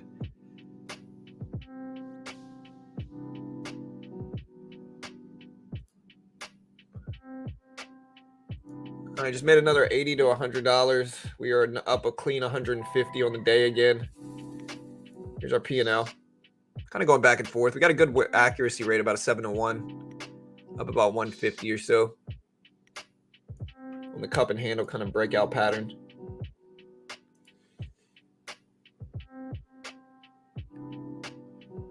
Yeah, strong bounce. This is what we expected today. If you guys remember, I mean, this is what we talked about expecting here. I mean, we thought we were going to get some, a big bounce.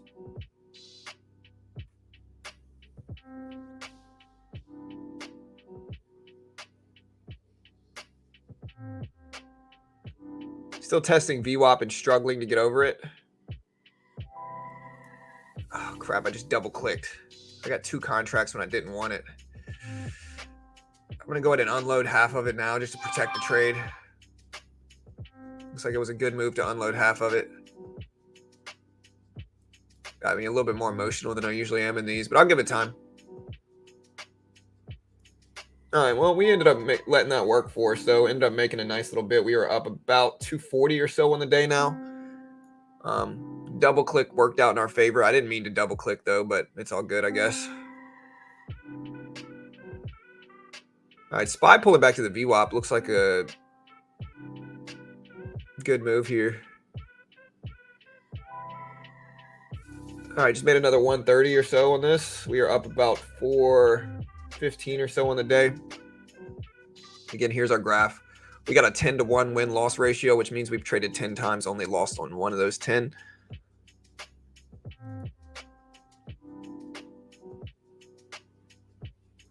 The market's actually pushing up a lot right now. The SPY is very strong. The NASDAQ's strong. The Dow is strong today. Again, my guess is from extension is what I talked about this morning before the open. Q actually breaking above the VWAP here, looking strong. So is the SPY. SPY up to 444s.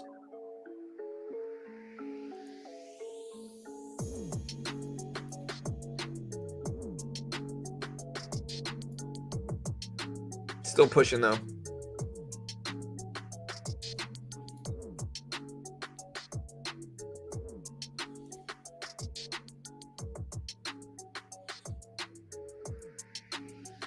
There we go.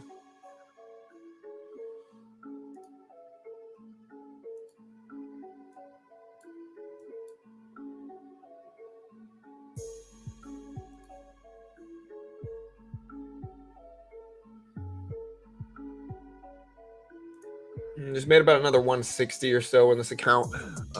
We are up about 540 or so. Got the VWAP press on the NASDAQ. We're watching the Q right here on the bottom right.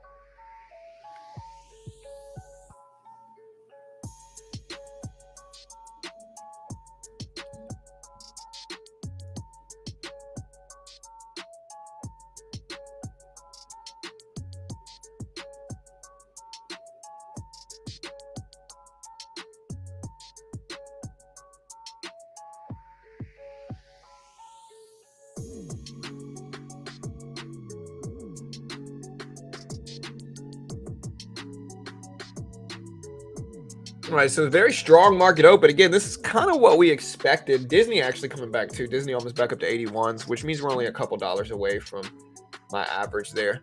Exxon's still doing really nice, really well. Walmart doing okay. Tyson Foods doing all right. Target doing good. Snap green. RTX is green. Honeywell a little bit greener today. Gold green as well. Everything else is red. Apple, AMC, all those. Very strong open though. It's just kind of what we suggested. Again, people get doom and gloomy.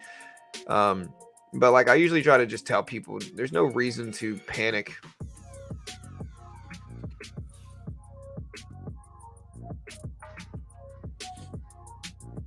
Yeah, I mean, again, if you guys remember what I said at the opening bell or prior to the open, really in pre-market all morning today, I told you guys where my bias was. My bias was on the upside. It's never always 100%, but generally when we move down really big and everybody's talking about doom and gloom market crashes, usually we get some pushbacks the next day. Again, the market seems to be contrarian. So when everybody's doom and gloom, it usually rips up in everybody's face.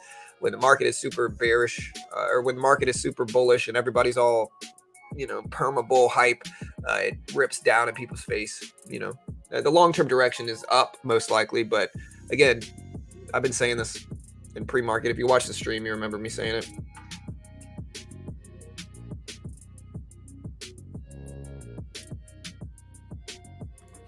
Yeah, Bitcoin at 25, almost 26.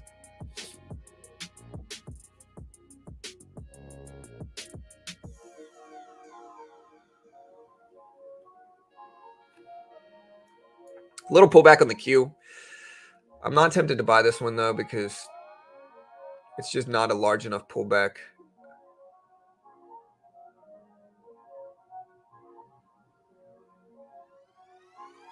Maybe it works though, I don't know.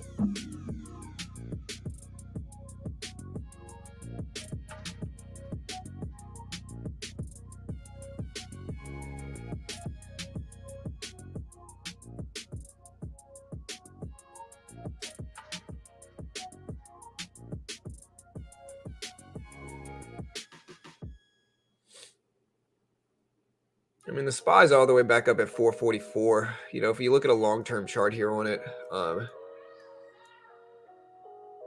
you got this one right here at 430, 432 or whatever it is. But let me find a different. Okay, let me zoom in a little bit more.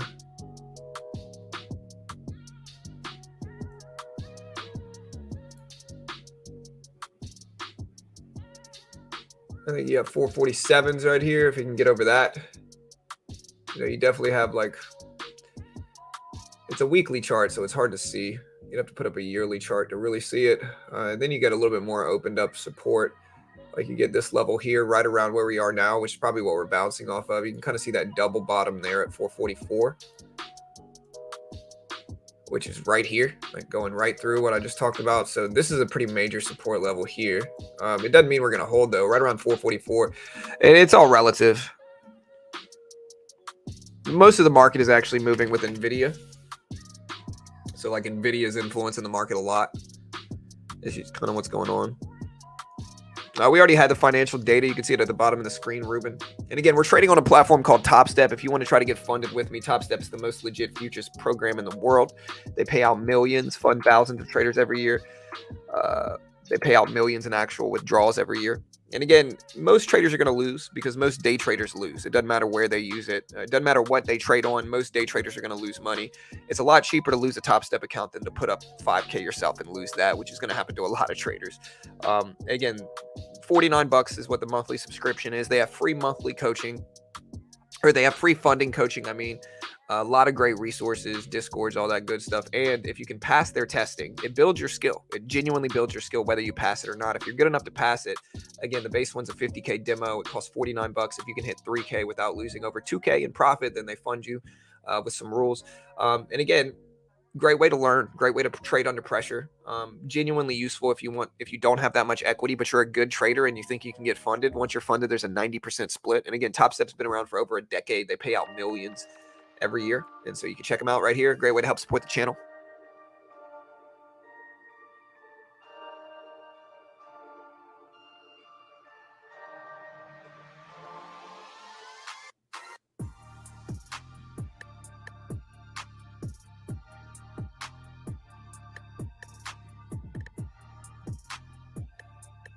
All right, so we are bouncing back up. Q hit the VWAP level, still moving up.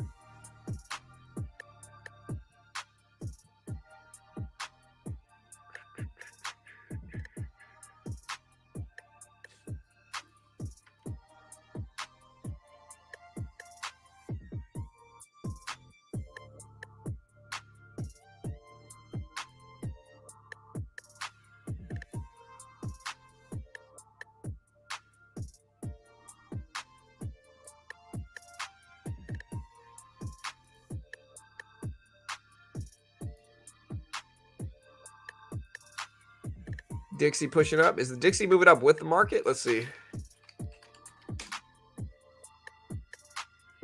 Oh, the dollar index is moving up, which signals the market might fall.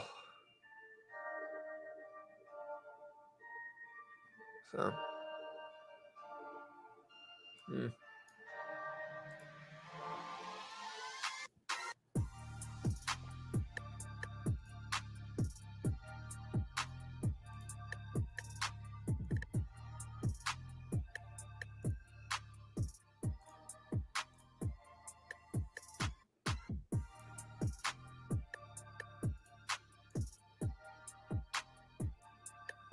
so here's the Dow.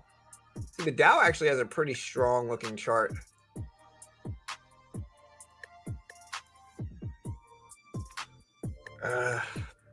Yeah, it depends on what we think the Q is going to do here too.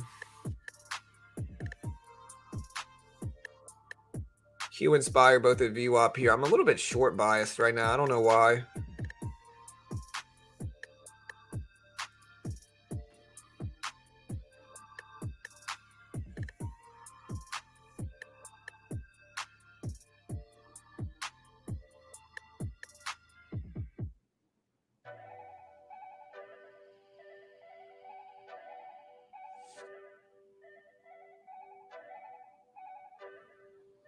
Luckily, the Dow has a small range.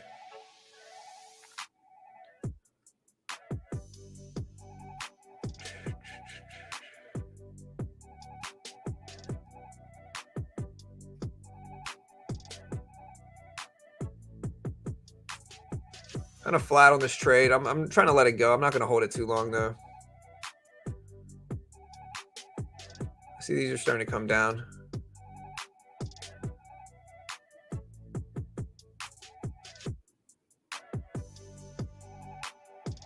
I don't think we have any other economic data, so we're slightly green on this Dow trade.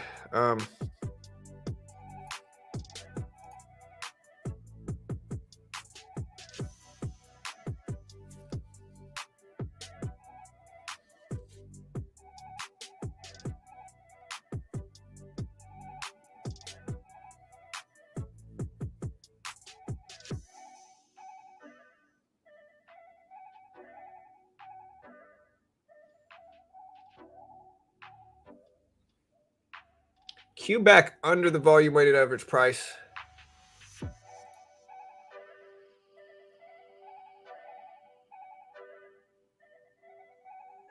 Watching Visa move up as well. Again, we got to watch NVIDIA.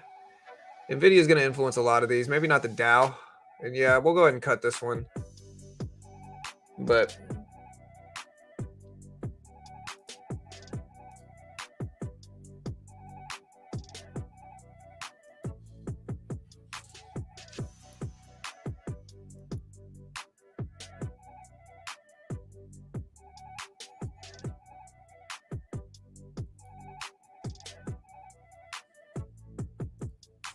let's see if the market rips back up. Visa's still heading back up too.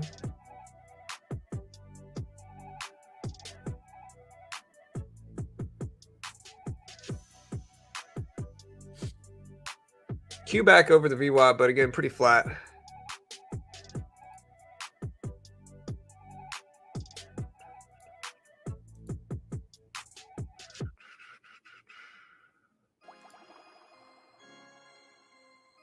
Watching some other stuff here too.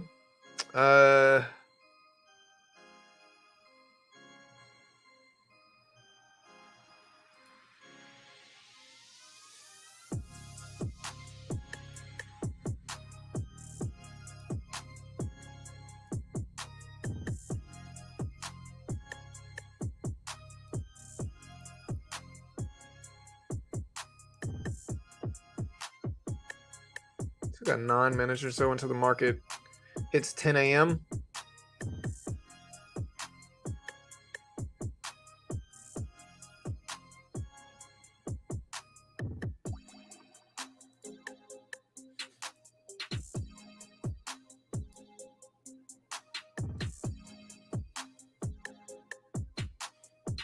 Yeah, I'm trading on a couple different Top Step accounts, but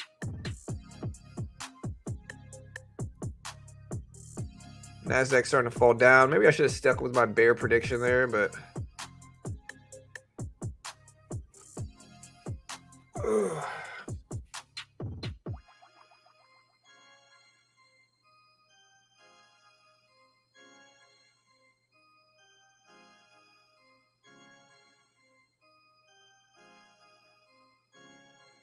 there's the Q crashing down. Watch the SPY in the VWAP level. That might be like the big level. Let me see what.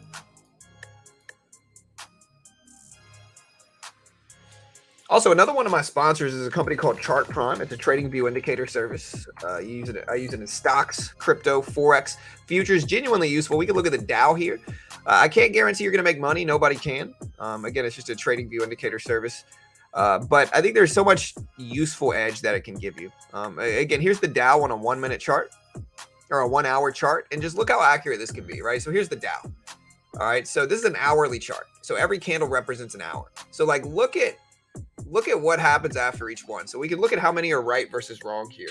This one's definitely right. Sell signal here. Nice drop. It also showed you that triangle, that descending triangle. Sell signal here, you got a nice little drop. This buy signal might have been wrong. Buy signal here for the next 2 hours, you got a pop. Sell signal here for the next few days, you get a drop, right? So a majority of these worked on an hourly chart on this example, from what I can see.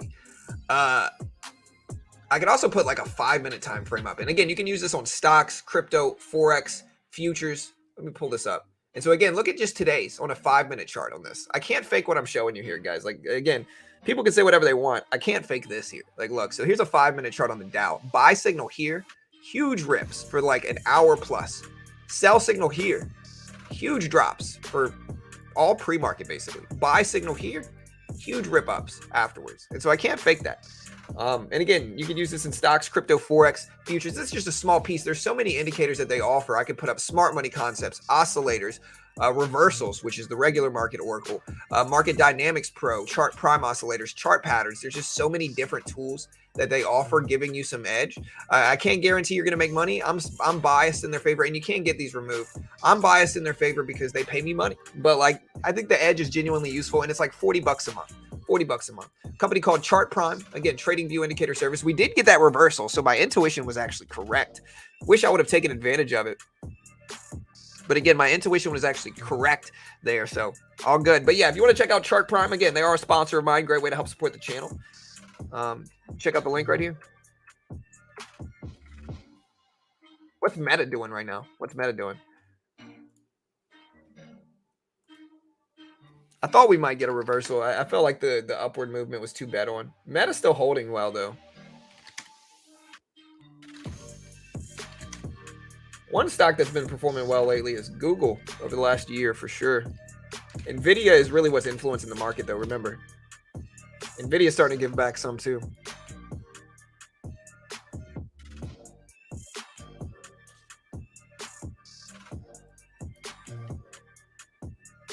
But yeah, I'm probably going to go ahead and roll out of here, guys. I don't see anything that looks especially good right now. The market's moved up a lot and down a lot. And so, yeah, remember, it's slow September, the September slump. Generally, we have less liquidity, less good action, more red action in markets in September. So remember that, guys. Be safe.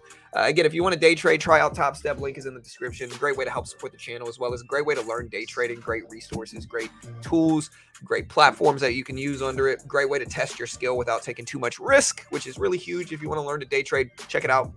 Y'all be safe, be good. Love you all. I'll see you guys back tomorrow morning. And we might start the stream a little bit later just because tomorrow we don't have much going on besides the Grab IPO. Look up the Grab IPO. Or no, what is it? It's ARM, I mean.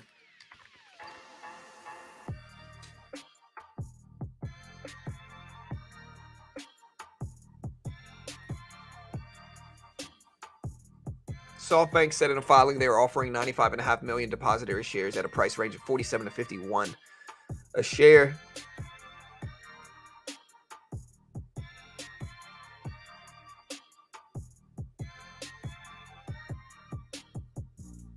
Has there been a hard IPO date for the ARM IPO? A lot of people said it was Friday.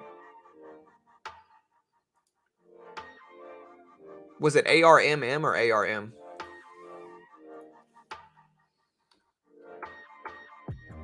I don't know why I thought it was ARMM.